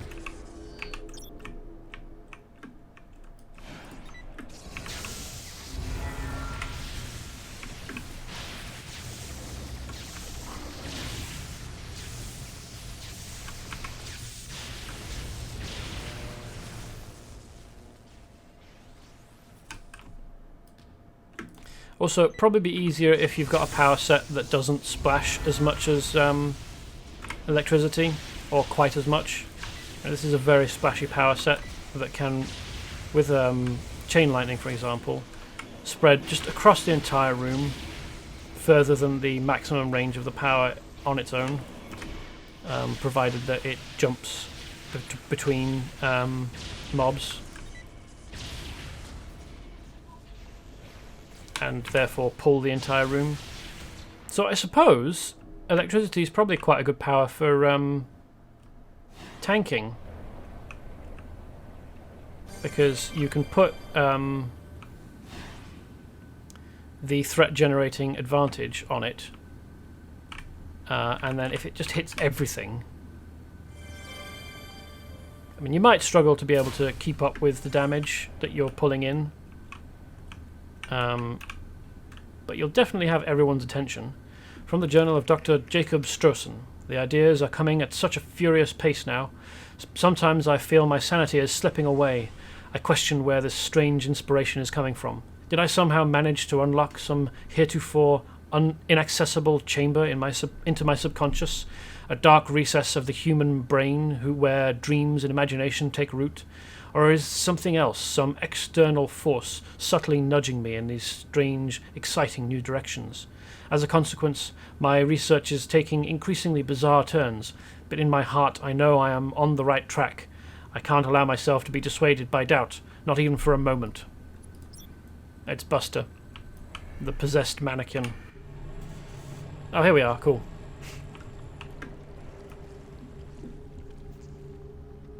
You've made it this far. Impressive. After your defeat, perhaps there would be some trifle worth salvaging from your inferior DNA.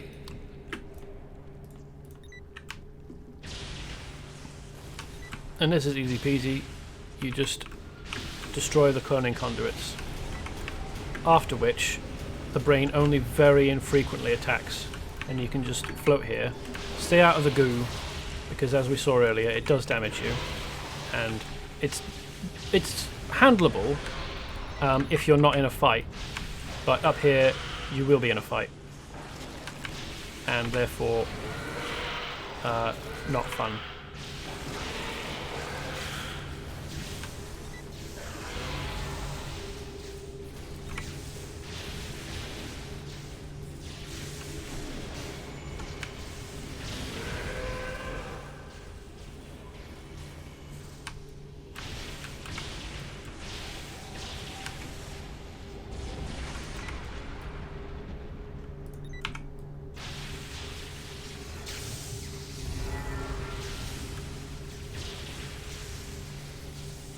Like, it's turned to face me, but it's not actually doing anything. And when it does, it will have one of those comic book special effect things above it. I think it's only got the Freem purple, like... Yeah, there we go. The Freem purple thing, and the blue, like, circle with a cone that looks a little bit like a Wi-Fi signal indicator.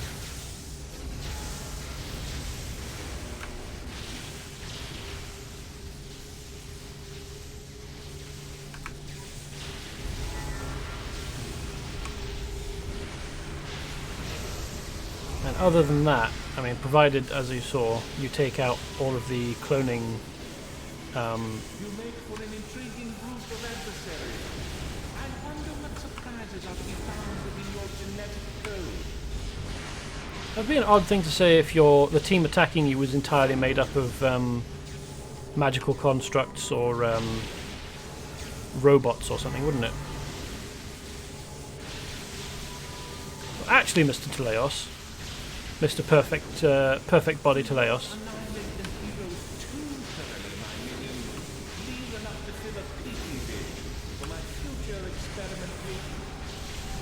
Odd that he wouldn't notice that you're not actually biological and therefore don't have any DNA to sample.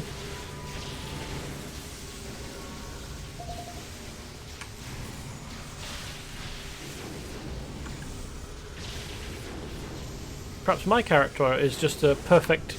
I will not be bested by some substandard genetic specimen. Mark my words, hero. You have not heard the last of me. Yes, I have. I could zap you through your force field.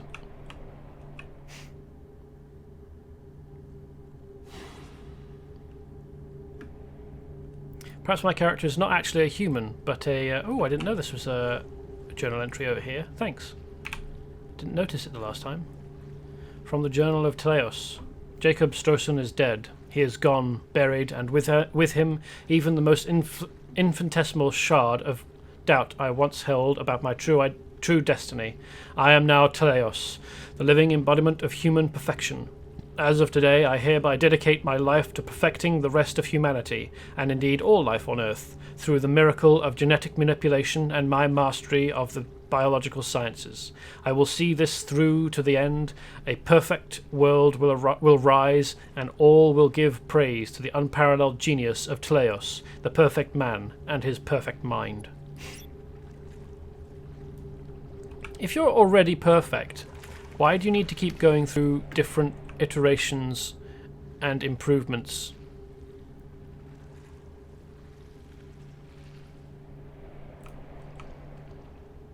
Hey, this is an exit. Nice. Not all missions in... I've complained about this before, but not all missions in Champions Online have an exit built in to the final room. And the fact that some of them do and some of them don't makes the ones that don't even more disappointing, because, like, you could have done it. If you did it with some, why not do it with all? Bow and pay tribute, unworthy one, to the genetic perfection that is Teleios. This statue has been erected by the Perfect One's loyal minions, grateful for his genetic mastery and boundless genius. A being of towering intellect and unparalleled scientific accomplishment, Teleios has claimed this peak as his own, and warns all who dare oppose him to leave forthwith, else end up as a subject of Teleios' next great experiment and his latest inevitable biotechnology triumph. Yeah. Okay. He's very impressive, don't get me wrong. I'm very impressed that he's managed to create all of this, and particularly the Teleosaur and reptiles that breathe radiation. Like, that's very impressive. But he's not perfect. Perfection, after all, being subjective anyway.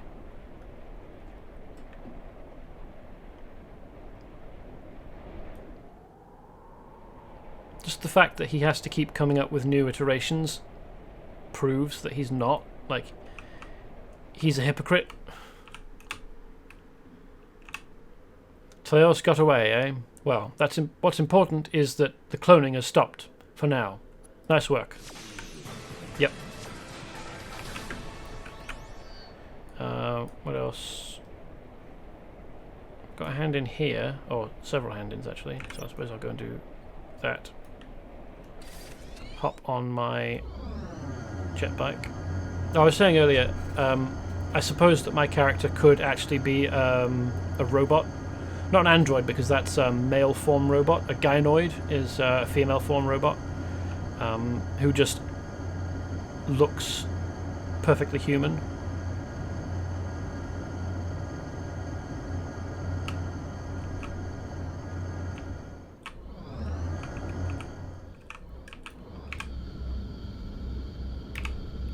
Thank you, Technical Issues. Perhaps in the future, Mr. Hendrickson will plan his photo shoots a bit more carefully, lest he end up in some beast's belly. Perhaps. Diseases of the foot. The virus hasn't been completely eliminated, but your efforts have greatly slowed the rate at which it spreads. Would you mind terribly if I shook your hand?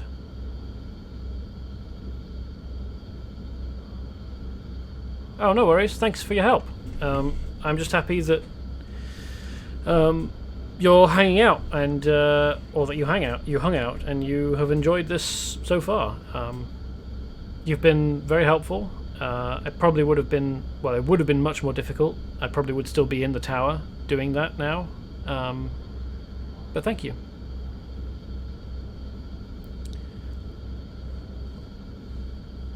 The rest of this will be up on Twitch for a while, so you'll be able to finish watching the rest of it. But at some point I will get around to editing all of the recordings of the streams I've got, you know, just clipping them up, because there's stuff at the beginning and end where I am switching from OBS to the game and then uploading them to YouTube. So eventually all of this will appear on my channel. The virus hasn't been completely eliminated, but your efforts have greatly slowed the rate at which it spreads. Would you mind terribly if I shook your hand? It's just that I am so terribly, terribly proud to be working with someone as upstanding and heroic as you. Technical issues. Ooh. Hold up. Nice. Not wearing much for being in the frozen tundra of the north, but perhaps they've got superpowers that render the cold a non-issue. What a relief. I was ever so worried I'd have to break bad news to the families of that helicopter crew. Sidewinder. Very funny. There are rumours of an enclave of Viper mentalists who've escaped from Project Awakening. That should be strange enough, but the rumours say they are being led by another powerful mentalist, an agent of the psychic villain group Psi. We need to check it out. Yeah, I think we've found them before.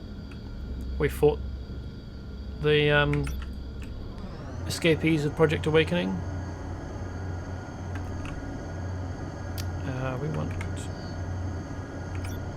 Let's come over here. This is still Yeti country, I think, just about, and then over there is demons. Frost demons. Of Kigatilic. Or, maybe not of Kigatilic, but of his servant, Tillinkut, I think.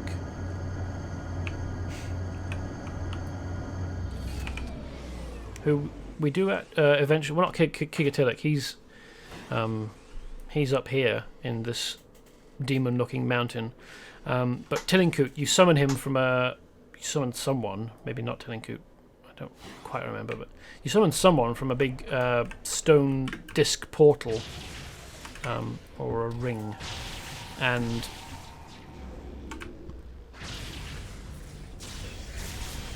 defeat him. And it was fairly easy with my main. Like, it wasn't that difficult with a dedicated DPS, so it shouldn't be too difficult for technical issues, I wouldn't have thought.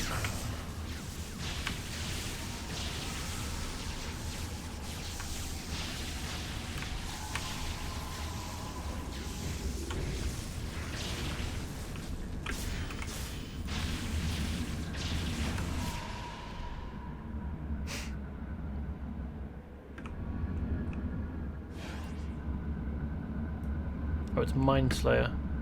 Does that make sense?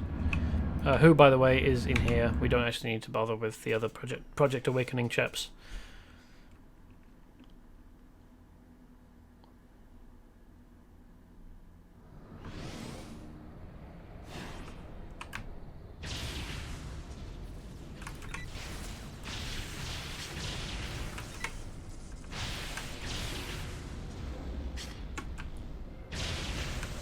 It's weird that a psionic adept is using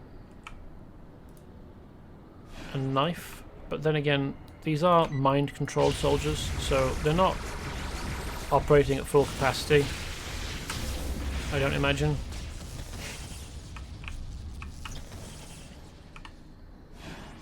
These guys are saying a lot of stuff. Let's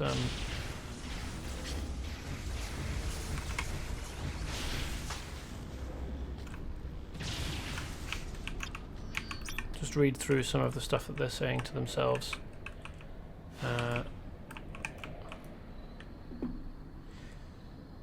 If I ever break free of Mindslayer's mind control, I bet I'll have a whopper of a headache. Mindslayer is growing impatient. She will lead an attack on Viper at any moment. Imbecile, I could kill you with a mere thought. If I just do everything Mindslayer commands, maybe the terrible pain in my head will stop. If I can't break out of this mind control, I'll never be able to warn Viper of an attack is imminent. Wouldn't that be tragic? I mean, the fact that we're here to stop Mindslayer means that an attack won't be imminent, because we'll have defeated her. But I wouldn't care very much if she did go through with the attack before I took her out, because fuck Viper.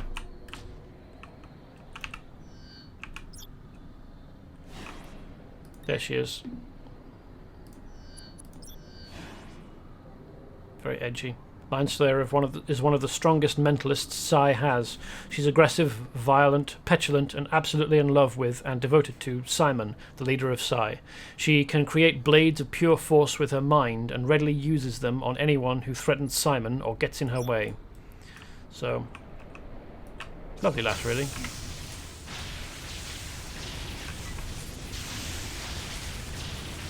Now that I think about it, it makes sense that even the psionic adepts aren't able to use their psychic powers, or don't use them very much, because they're being psychically dominated by someone apparently stronger psychically. I mean, he just did, fair enough, yes, but that's a psionic pummeler. You would expect him to lunge at me and start beating on me.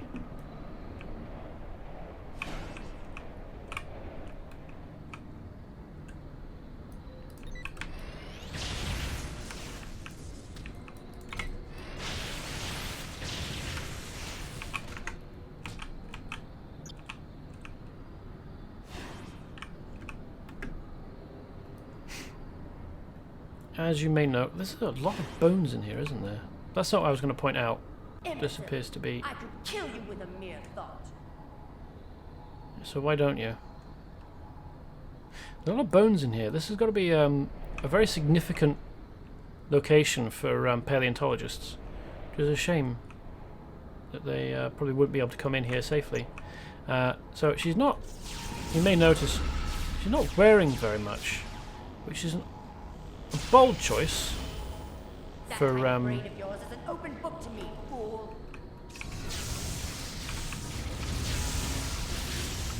I mean, we're not Arctic, but we're certainly close. Who dies when I can slice my mind? You're not very impressive.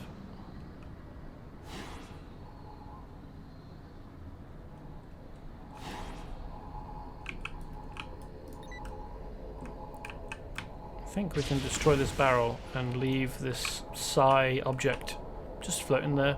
Now, I suppose, in fairness, she probably is capable. I mean, if she's capable of psychically dominating all of these Viper dudes, she's probably also capable of telekinetically keeping herself warm, if only through like a projected shield that stops the cold from leaching her body heat. But we've just knocked her out and left her lying in a cave. So maybe she'll freeze to death. Maybe we'll get lucky.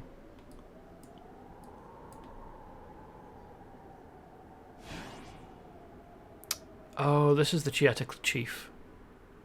I thought that the tracker that we met over here was supposed to be the chief, because I remembered vaguely that we had a mission to go and talk to the chief. I guess I just forgot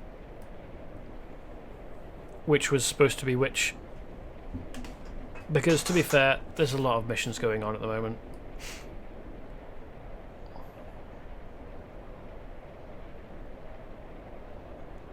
Pretty sure that that dome is where we were fighting Teleios before.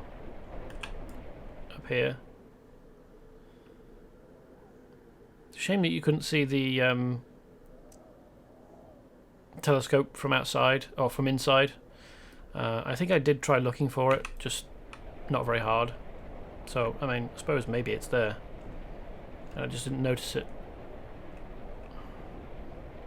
I'm curious about this spirit of corruption that's just hanging out in this cave. Found in the Chiatanka Bluffs, most likely the result of a powerful Chiata mystic.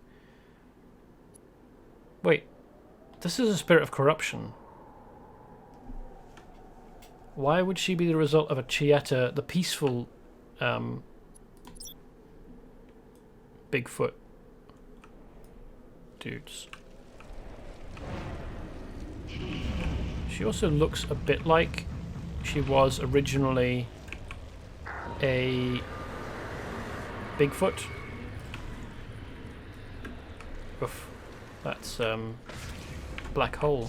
That's one of the darkness powers that mimics gravity stuff.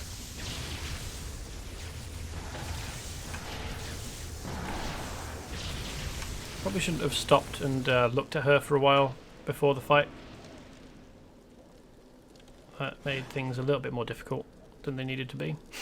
But hey, we won. So that power was Ebon Rift, which is powerful, but irritatingly, the Ebon Rift that you can get as a player has to be maintained. You have to be concentrating on it. You can't attack whilst it's active.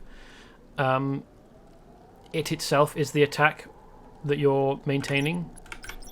So the fact that they can, mobs, like enemies, can summon one and then leave it there and attack you whilst it's pulling you in and damaging you is irritating.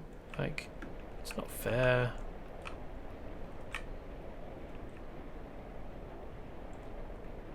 I suppose, really, if players were capable of using it and attacks at the same time, that would be kind of OP and kind of broken. But it's not fair that it's in the game for NPCs but not for PCs. Because, like, the doyalist explanation is if players were using it or capable of using it as it's used by NPCs, we'd be a bit OP and they'd have to try and balance the game. But the Watsonian explanation, well, there isn't really a Watsonian explanation. I mean, we see mobs and villains in the game doing things that imply a mastery of their chosen element or whatever, that we should, as player characters, be able to match, because we're supposed to be of reasonably, equal or greater power than our opponents, given the fact that we can defeat them. But yet we can't mind control a whole, host of Viper dudes. We can do, I think, probably like 5 or 10 at most. I mean, the mind control powers would be telepathy. You probably want mind lock, mind control. There we go. Which targets one foe.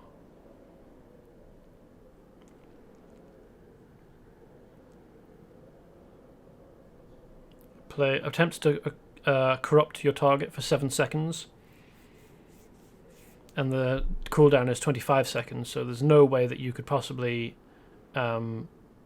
stack them.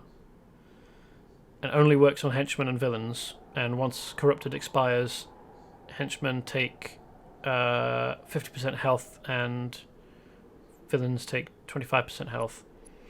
And I think mind lock confused targets will attack targets at random. Maybe you, maybe one of their friends. Which is kind of mind control, but not really. Corrupt is the actual mind control and causes them to fight for you. Placate is a threat wipe. Sleep is a mind control effect, but it puts them to sleep, as the name suggests. So, like, I guess not mind controlling huge numbers of other dudes is the less villainous and like more heroic thing. But if that's the case, like if mind controlling opponents is morally not something you're supposed to do, why would mind control be a power in the game at all? I think maybe there are some magic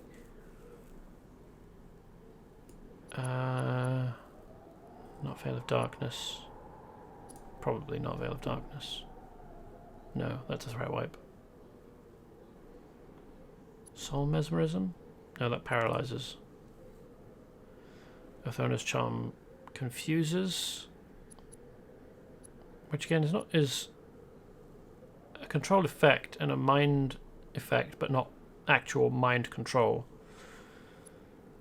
And there's also Megaton, who we fought during the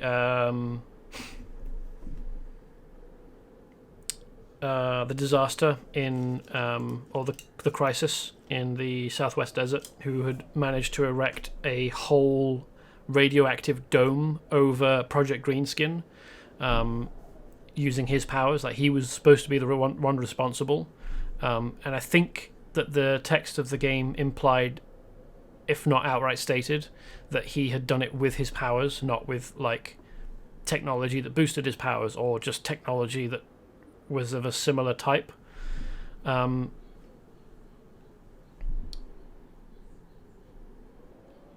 like, his power set isn't one that you can even match in the game. Like, you can't, there isn't a dedicated like throw blob of radioactivity at opponent.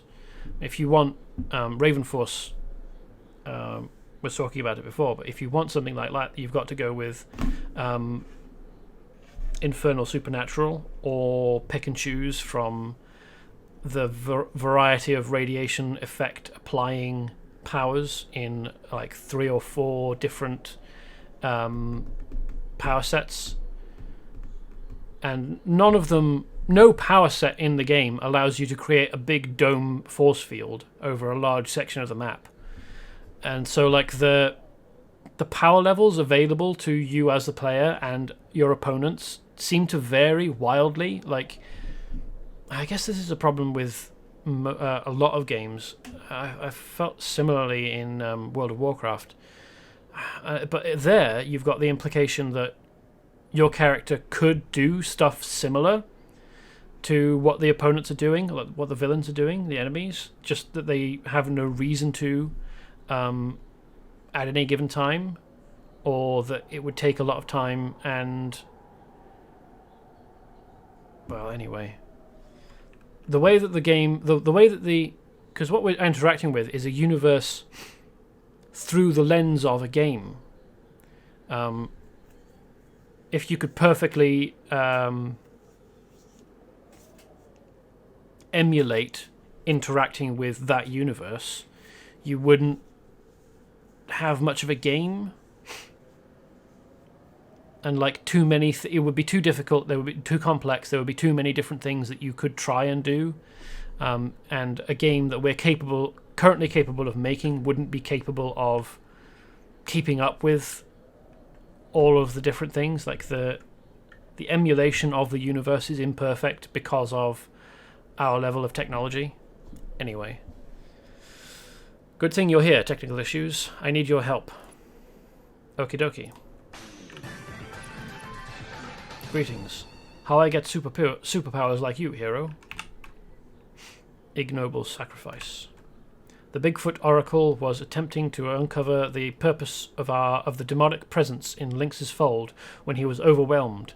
The Chiata tribe scouts have located the Oracle to the southwest, halfway up the mountain among hordes of demons. Go there now and help the Oracle to safety. I think this is the only mission he gives you. Or one of a couple. Anyway. Oh, right, yeah. That's not the...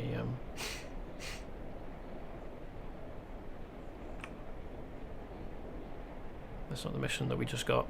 That's over here. Oh, there. Here.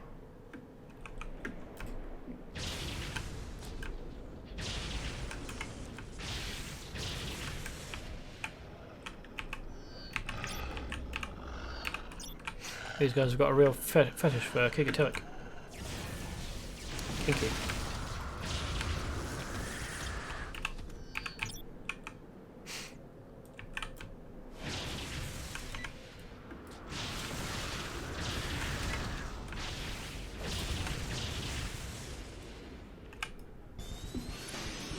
Now I must ask a favour of you.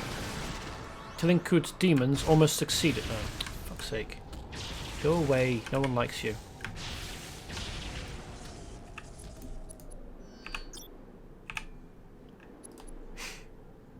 Tilinkut's demons also almost succeeded. That would be bad after all, and worse for me.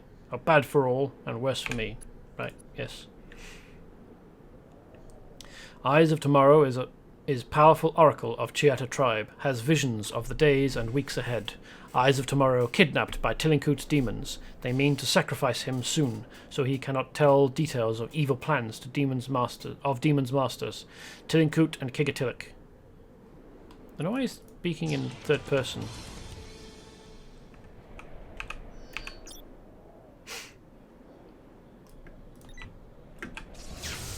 Another escort mission. He, thankfully, is quite capable of fighting, and I don't think that there are any ambushes that pop up.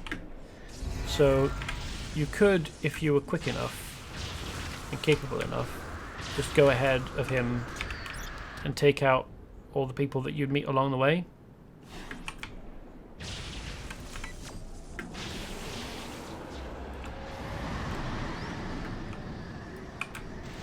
I hate that power. It's dead useful if you've got it, but if you're fighting against people with it, it's real annoying, because whilst you're inside the effect area, you can't see the person that cast it. So you lose target lock and can't use powers on them that require the use of a target, which is almost all powers in the game. There are a few that you can use without a target, although none that I have. I can't remember where he goes after this. I think he just comes over here. Ah, apparently you need to be close enough to him that he can... Is that glowing? He might be. So maybe he needs someone to attack.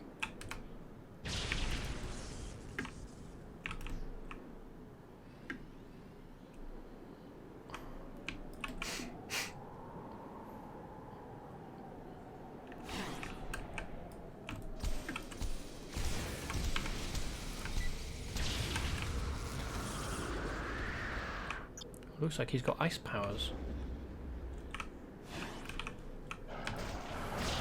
Oh, these all respawned. I didn't even need to pull those Viper guys. These would have reappeared quickly enough.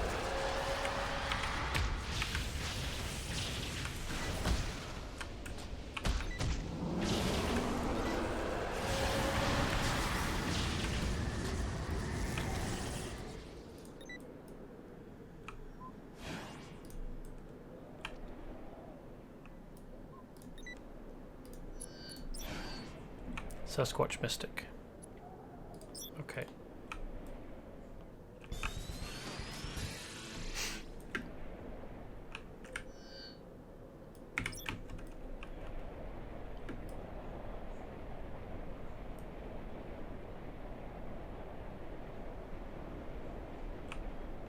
Is there any more missions from him? Our oracle is saved, and Tellincoot's demons rage at the sound of your name. You have done well. You can judge your rate of success by the quality of your enemies.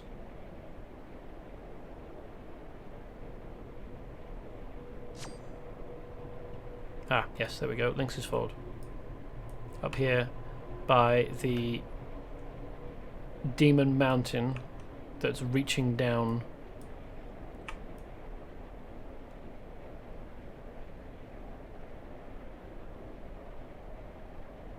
for you. Which is a bit like the mountain in... reminiscent of the mountain in Fantasia for the section on Night on a Bald Mountain, which I think is based on a real mountain, but I can't remember the name of it. And also we're right next to the edge of the map, so we can't actually go any closer.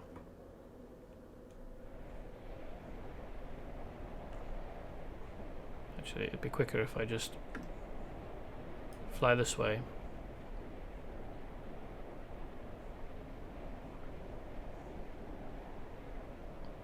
And then turn off flight, because you fall faster than you fly.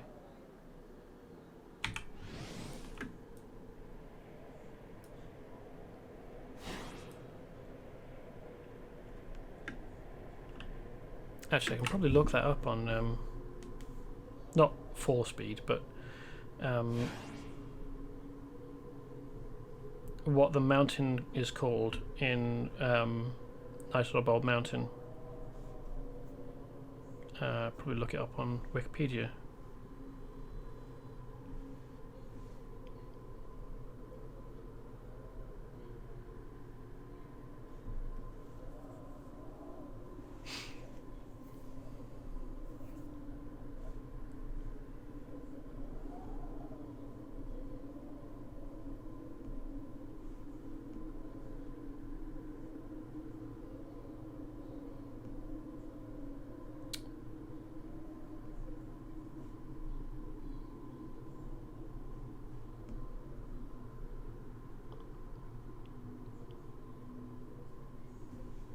Certainly the music was based on a mountain. Modest Mussorgsky, who's the composer, who's done some other great stuff like Pictures at an Exhibition, or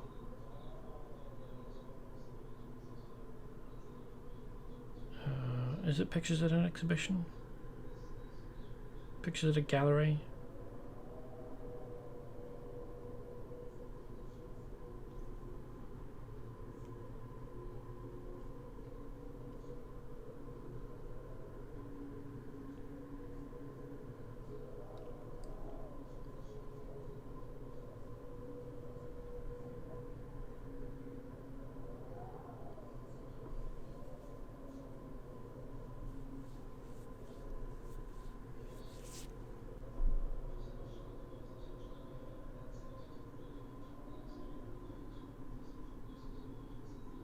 There's a lot more stuff on here than I had realised he'd done.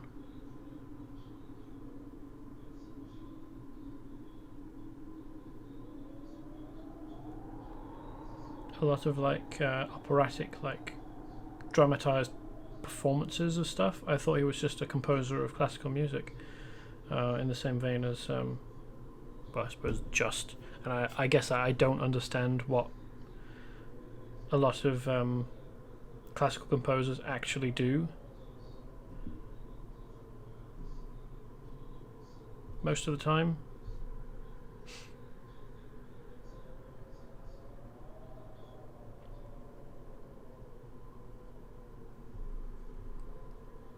Alright, let's look for Fantasia instead.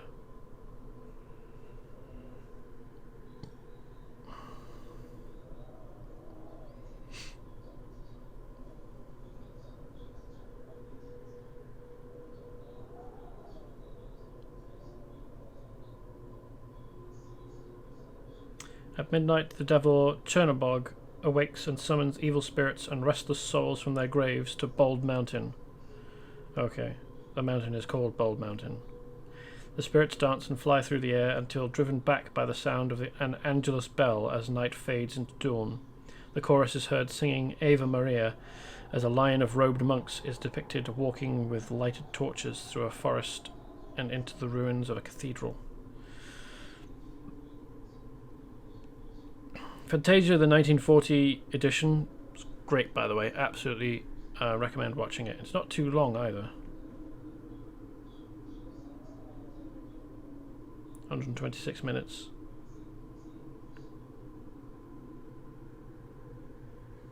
Animation, fantastic.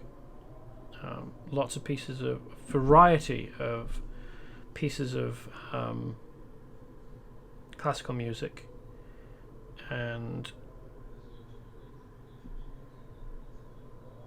also worth noting, if you're familiar with the animation, the ostriches in the Dance of the Hours. So there's ostriches and hippos and crocodiles. And the ostriches are ballet ostriches, and they're presented. They've got big eyelashes, and they're presented as very, very feminine.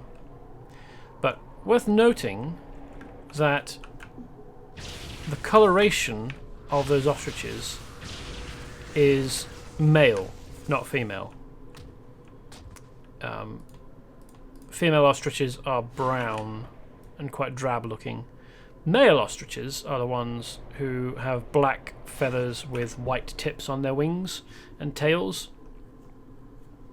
So all of the very, very effeminate, flirty,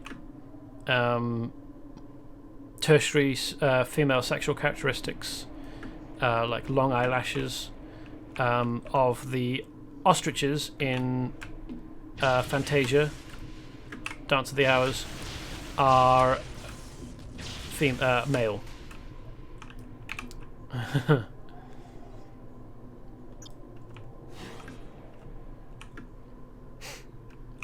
Although, I suppose, maybe the crocodiles are female. Like, just because they're presented as having masculine or feminine traits doesn't mean that they have to necessarily match up with our interpretation of gender. Speaking of funny, unintended animal characteristics and stuff, reindeer are one of the few deer ungulates that the females have horns or antlers as well as the males, and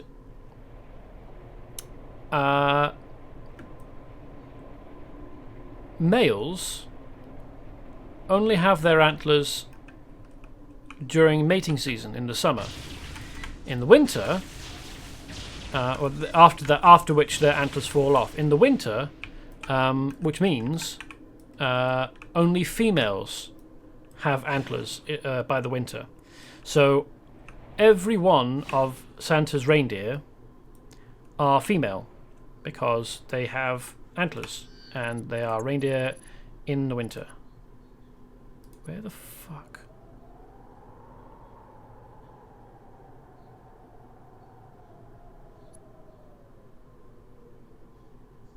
What mission? The hard road. Where is the entrance to the mission that is number 11 on the map? I'm off a bit. Is it inside a hut or something? Oh, fuck's sake. This is a cave entrance. Jesus Christ. Alright.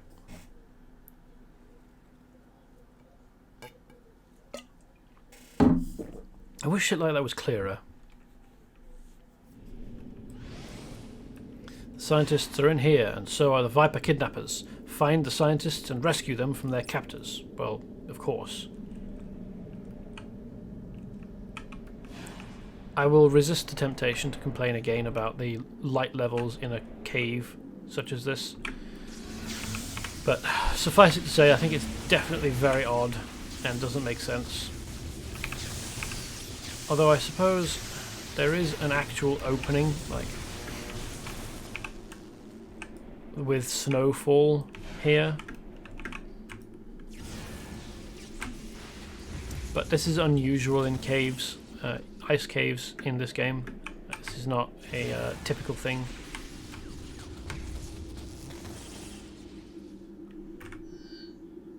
There's probably a loop in it.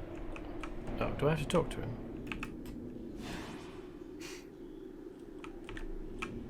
Wait, is he a Millennium City scientist? So he got kidnapped all the way from Millennium City to here. I mean, unless when they were making the game they couldn't be bothered finding or creating a slightly different mob name and type.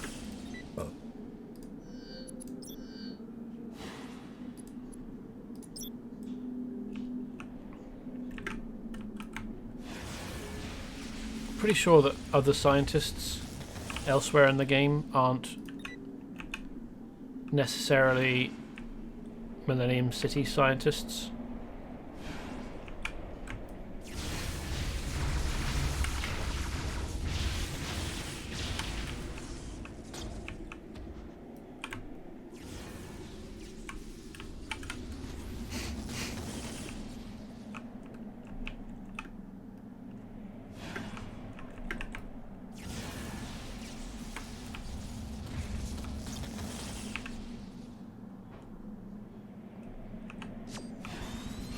Good work, Duncan and Teleios. You've saved the kidnapped scientists, and those Viper agents are being packed off to jail.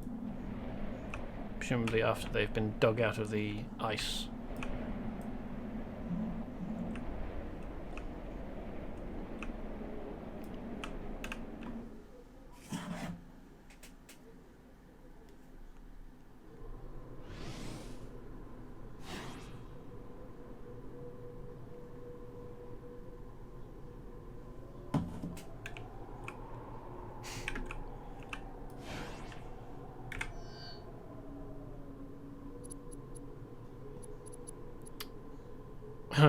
All your base are...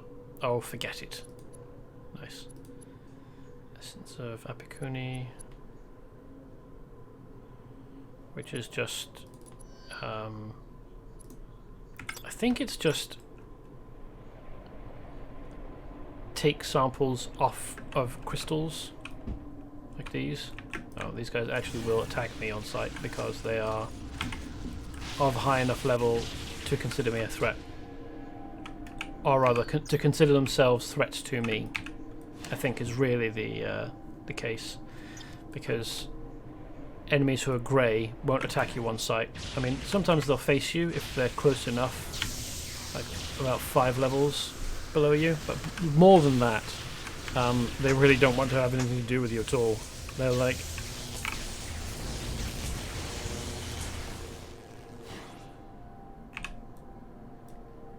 desperately eyes facing forwards, hoping that they don't get noticed, like sweat dripping, ass clenched.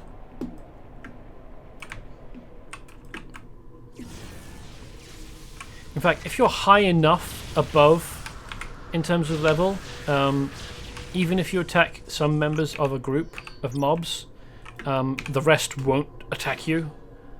They won't get pulled by you. I noticed this when I was playing my main in Millennium City. So main, maximum level, level 40, and I attacked a bunch of, a group of 4 new purple gang members, and took out 3, and the last one just stayed where he was, didn't even turn to face me and start attacking, as you would expect with other groups of mobs. He just did not want anything to do with me.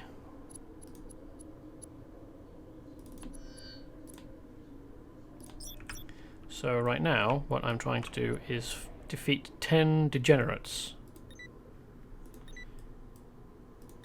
Devotee... Degenerates are kind of big lumpy dudes, as I recall.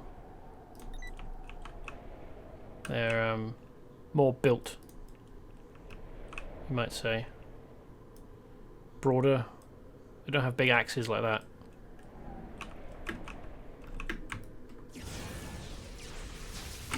Unfortunately, they hang around in groups of 3, and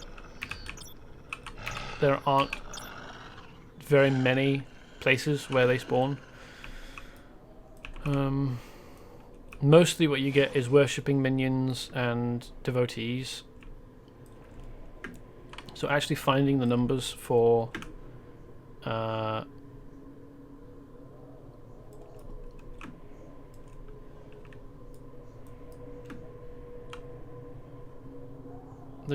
degenerates is it's a little bit annoying. Demon, that's interesting.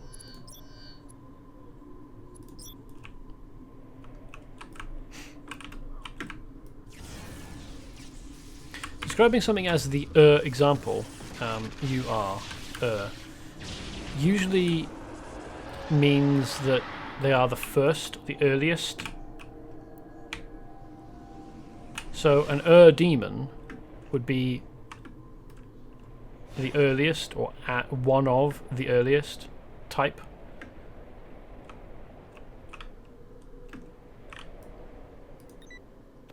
No. Where are you, you degenerates? Oh, here's some Viper fighting against some... oh, there's one. Alright.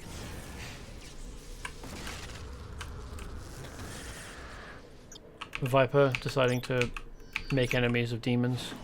I'll leave them to that. Very smart boy stuff. No one ever regrets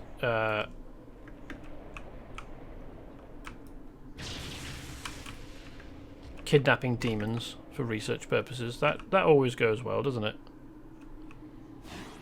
Yeah, this is the gate where we eventually summon Tillinkut, I think. Oh, there's another degenerate. Nice. I wonder, are we in the right area? Yes, we are. Okay, we're close enough to the area where that mission is supposed to happen. And they're called degenerates, so we're close enough to finishing. Oh, hey. Oh, fuck's sake. Alright. So let's rescue this one. And he will be here just long enough, hopefully, to give us a mission. I'll read that. Oh, for fuck's sake. Being a teenager in the Canadian wilderness can get awfully dull. Boredom makes you do stupid things. That's why we downloaded an incantation off Smartipedia that was supposed to allow us to control demons. Supposed to allow us to control demons. It's supposed to be, but there isn't a 2 there.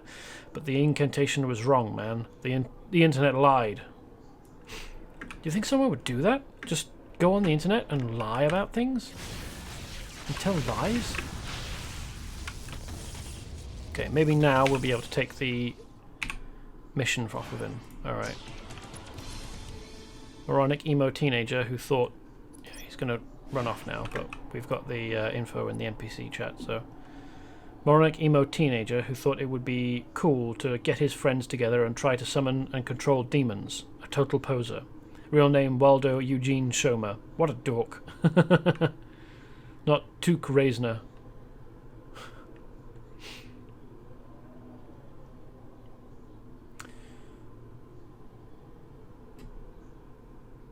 If me and my friends would have just stayed home and played video games, none of our lives would be in danger from rampaging demons. Besides, video games are so much cooler than demonology. When the demon binding ritual went wrong, everyone split up. My BFFs were like, OMG, and then, see ya, and then all ran away. And they all ran away with angry demons trying to gnaw their heads off. Whoa, I just had an idea. Do you think maybe you could save my friends? I imagine there probably are knuckleheads like this, but hopefully not that many, like a really tiny number.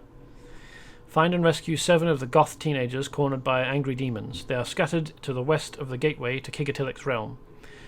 You're an awesome role model, technical issues. Thanks for setting me straight. Oops, no, I didn't want to do that.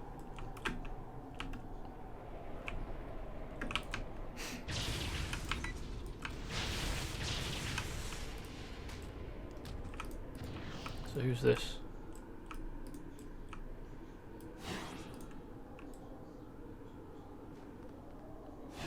Trapped goth kid. So he had a Ushanka hat on, and he has got an orange parka.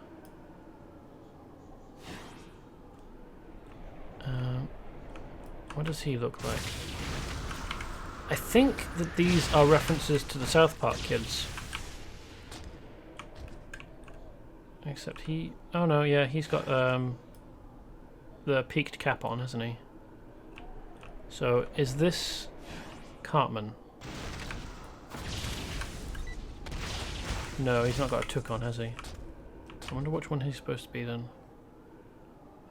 Not that familiar with the various South Park kids. Is this supposed to be Cartman? No. This is Trent Reznor, isn't it? Trent Reznor? Also not that familiar with the names of the creators of South Park either, so...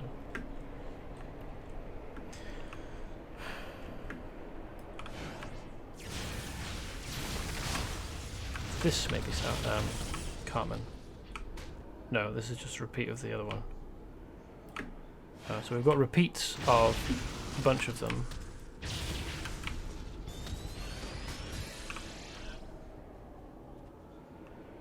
I don't... doesn't look like...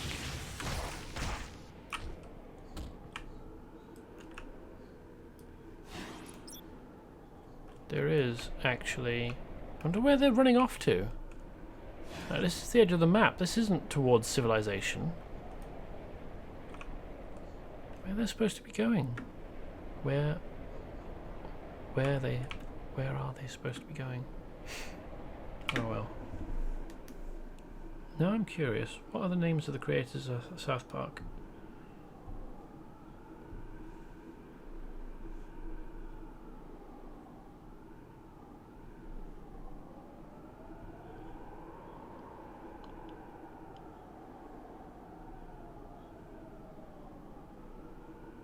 Trey Parker and Matt Stone.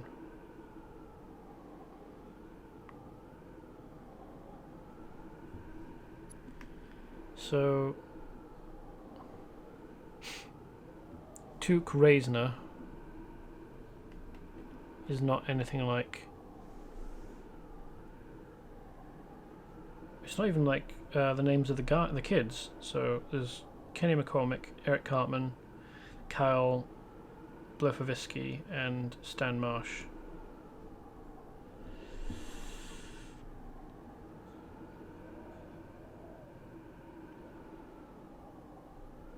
Yeah. Maybe that's supposed to be a reference, and maybe it isn't. I can't tell anymore. What's number 12? Ah, it'll be going into this tower, won't it? Or something like that.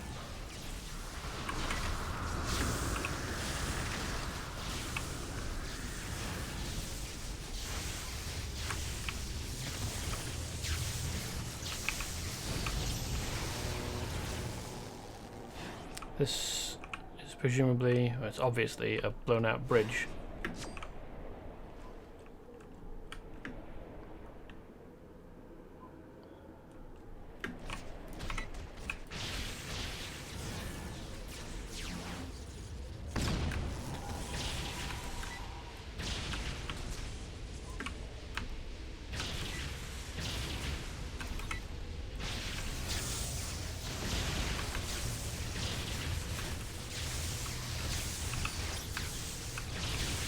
Are you still here?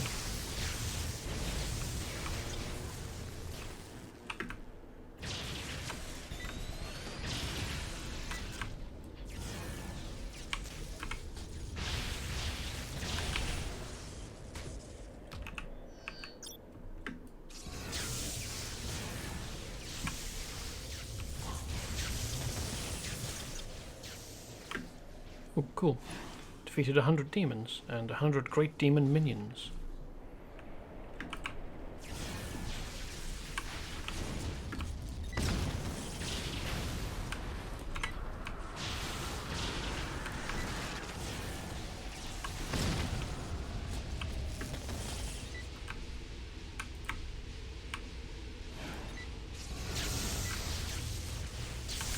Very interesting that as soon as the cage comes under attack, he's able to leave it.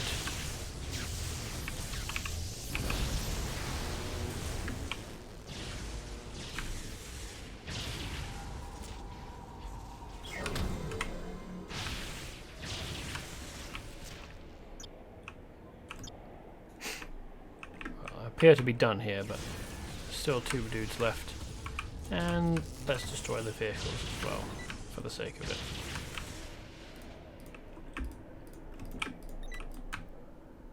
Completely gut the camp.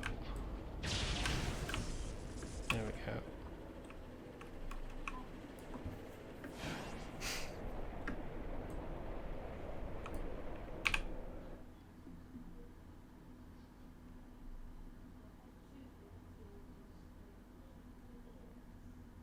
So this is all your base are... Oh, never mind. Oh, forget it. There we go. This one won't be easy. A gravitic shaper has brought a crew of Gadroon, and they're trying to take over the base. Defeat the gravitic shaper, and the rest of the Gadroon should retreat. Okay. Is this a Sherman tank? Is that the name of the tank type?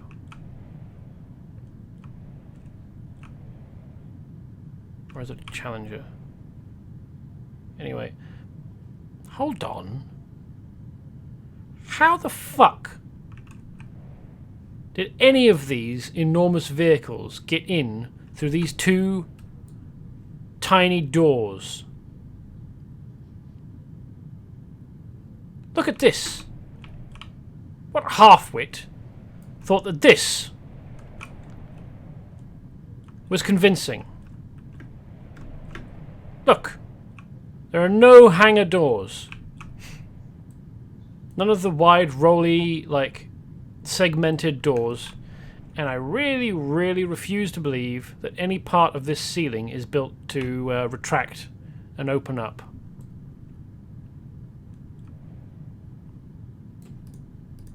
This is ridiculous. You might be able to convince one of these jeeps in through this door, maybe. Were the tanks built in this room? And then the infrastructure to complete them removed? And the vans as well. Silly bollocks.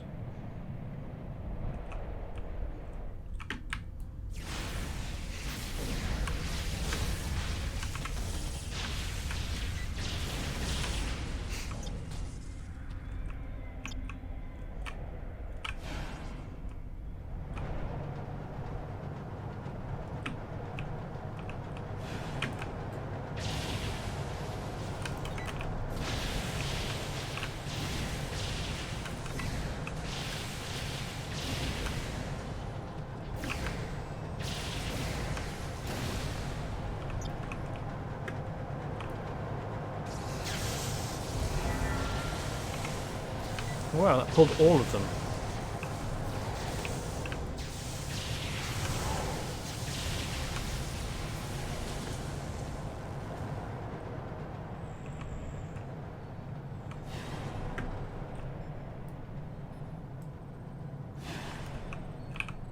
What do you suppose this is supposed to be controlling? It's just got one big red button.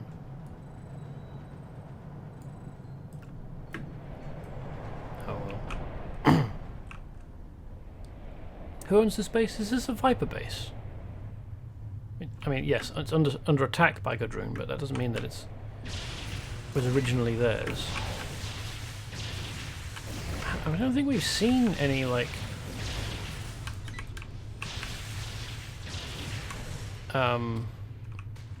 Gadroon tile sets for indoor spaces yet. We've seen indoor QLAR spaces. And eventually we'll see indoor, or at least inside the ship of a Rowan Esh, which is a shapeshifter type enemy. What are the other enemy types? Elder Worms? Alien types, I mean.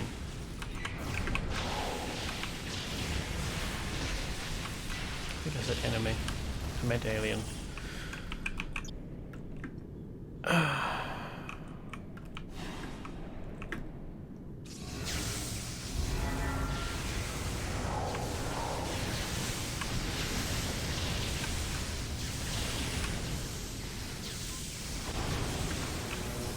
Here's the gravitic shaper.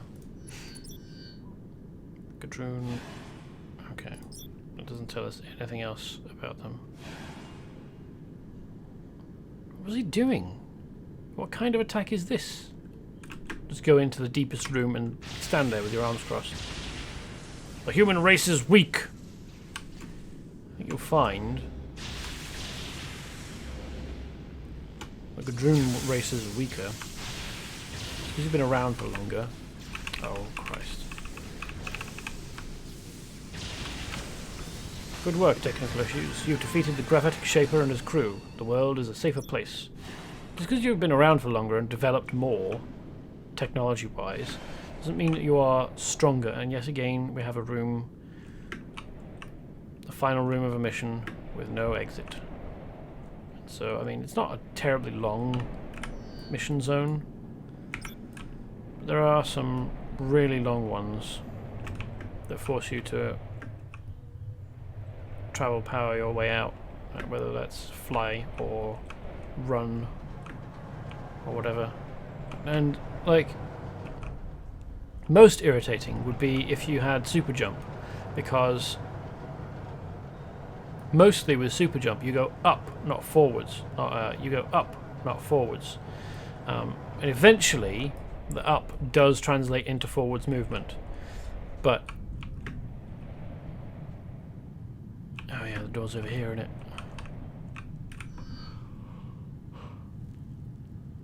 In this case, as not in some others, there is room behind this door for there to be a corridor or something that lets you out. But I think last time we saw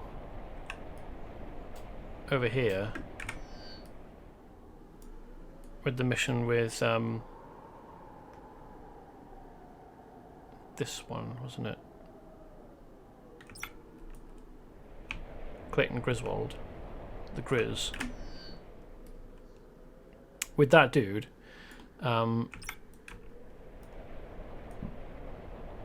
there wasn't space behind the door. Like, the door just went straight round and was cut off behind it by a corridor. And that's not the only place in the game that happens. Dr. Carl Severisian. Good to see you, technical issues. Viper is performing horrible experiments in labs they've nicknamed the Clutch, located in the Rime Woods. Steelhead Division Intel says they are doing experiments to create a perfect psychic super soldier. Well, they were doing that in Project Awakening, weren't they? It's good you've come. We need your help. Doing this somewhat out of order. These are level 18 missions, and we've just been doing level missions appropriate for level 37. So, Steelhead scientist assigned to ascertain what is going on in the Viper laboratories in the Rime Woods known as the Clutch. Laboratory showdown. Lowdown. Not showdown. I mean, there'll be a showdown in there in a minute, but laboratory lowdown. Viper agents have been trained not to talk, even if you put a scare into them. But they might be carrying around orders for whoever is in charge. Get a hold of these orders, and I'm sure we'll get the incriminating evidence we need against their secret lab, the Clutch. Now, it's interesting that he says put a scare into them. I'm going to go to the basement hideout and show you something. It's kind of cramped, small. I don't especially like the space, especially because if you log out in here, quite often you'll find yourself spawn in above the ceiling. You can walk over to the rear side of the door here and still exit, but it's difficult to see what you're doing. It's cramped. You don't have a lot of space. I don't like it. Anyway, so what I'm showing you is not all of the different options, but here we are. Questionable methods.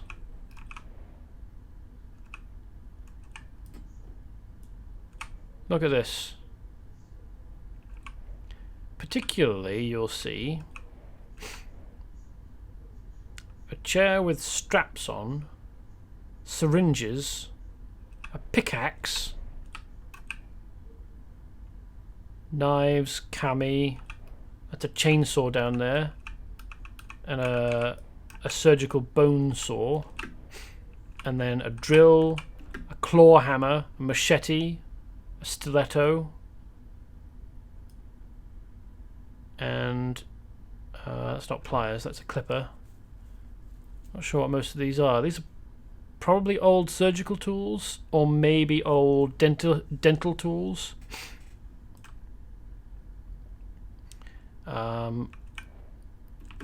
With an interrogation light set up and a camera. Oh yes, lest we forget the rusty saw. Lovely. Now, you don't have to be someone who uses the vigilante method. And indeed, not all of the vigilante options for decoration are so horrible. But the fact is, somebody decided it would be a good idea to put that in the game, with the implications that it brings.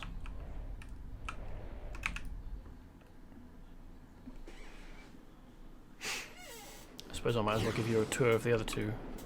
There are two other, no, hold on, three other. So there's the basement.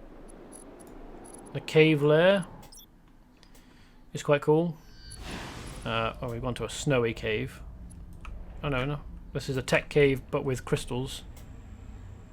There is also primal cave, like you're in a jungle. It's quite nice. An industrial cave. I'm not quite sure whether that's still there.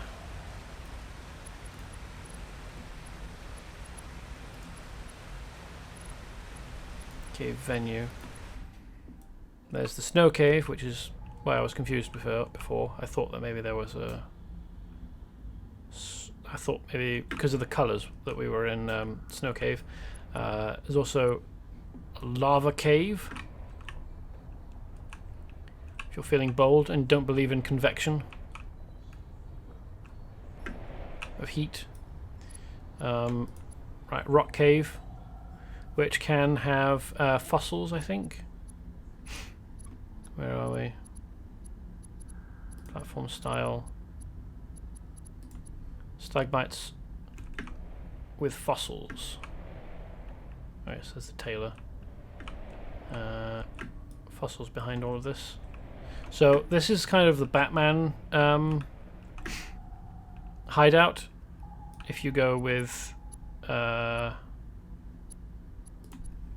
tech, I suppose.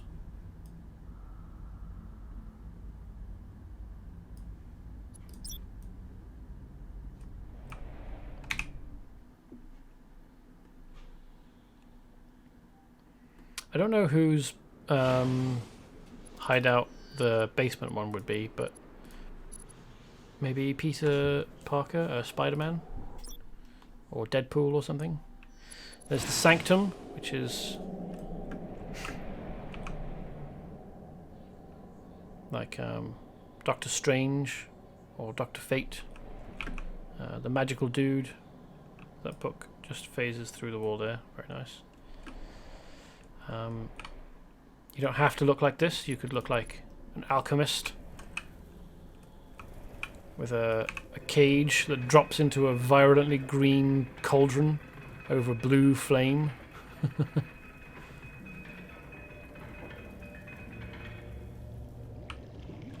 And then below here is where the tailor section is. Or you can be druidic. You have a big mystic tree here. And stone. Floating gold light, well, kind of goldy yellow lights. Like, oh, well, I suppose they're lime green really, aren't they? A bit difficult to see. Or the mystic one, which we entered on.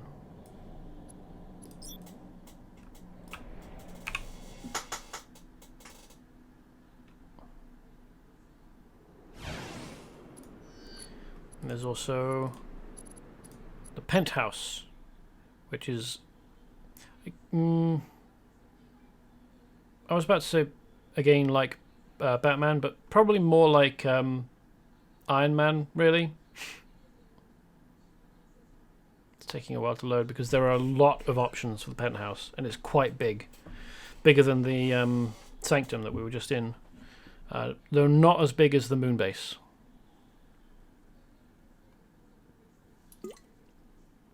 But only because the moon base has an outside area.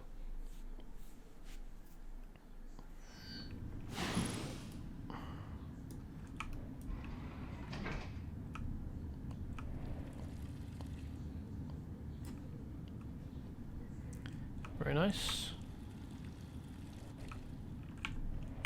There's a second floor. With a balcony.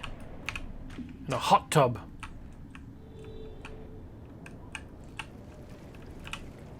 Which activates when you get in it.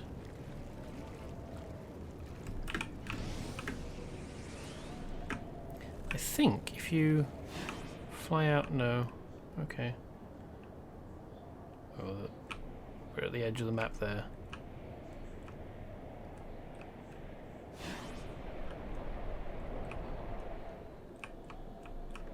And these blacked out windows are where you would have had the extra sections.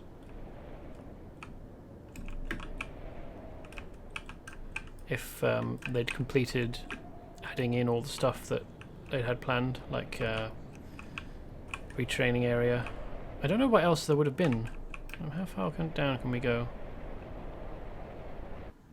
before we respawn in here? Quite a way. Okay. So we've got... We should have different appearances. Yeah, there we go. Yeah, as I said, there's a huge number of different appearances, and it's not all fancy. You can have kind of a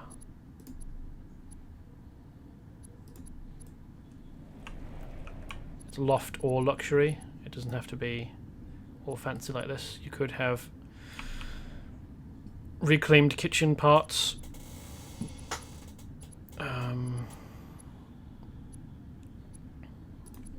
The ceiling can just be bare steel. Alright, yeah. This one's loft. And this one's luxury. Just a sort of indication of.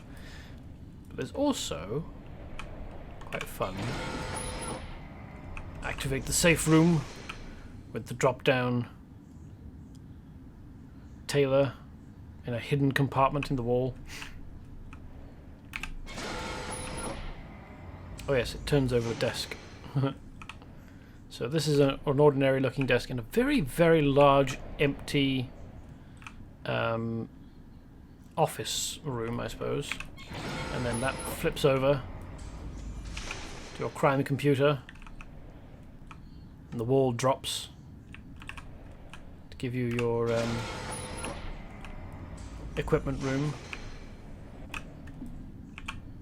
But yes, there we go. Gives you lots. You can invite other people in, I think. I've never done it, but you can invite different people in. And obviously it gives you a lot of different options for your character if you're role-playing. Personally, I do like the moon base.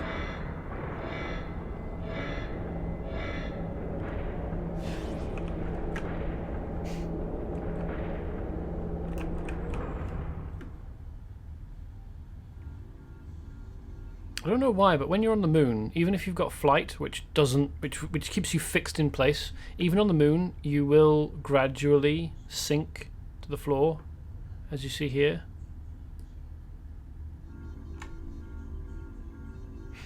Unlike anywhere else, even underwater in Lemuria.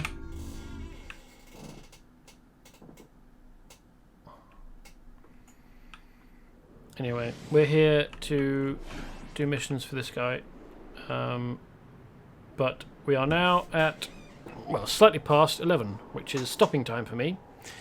I'll be back at this again, 8 p.m. GMT for 3 hours on Wednesday, and then again on Friday, and continuing indefinitely. Well, I'll be going until I've done as many of the missions in this game as I can to get you as much of the story as I can, and after that I'll move on to a different game. But I suspect that is quite a long way in the future, given that there is a whole outside zone that we haven't even visited, and there are a number of missions in all of the existing zones that we still haven't done. Not to mention the adventure packs, which add whole extra zones. I think, do they all add outside zones? I think they do. Anyway, there's still lots and lots of the game left. But we will get to it next time. So, this is me, signing off. Thank you for being here, and I appreciate every one of you who has watched. I will see you next time.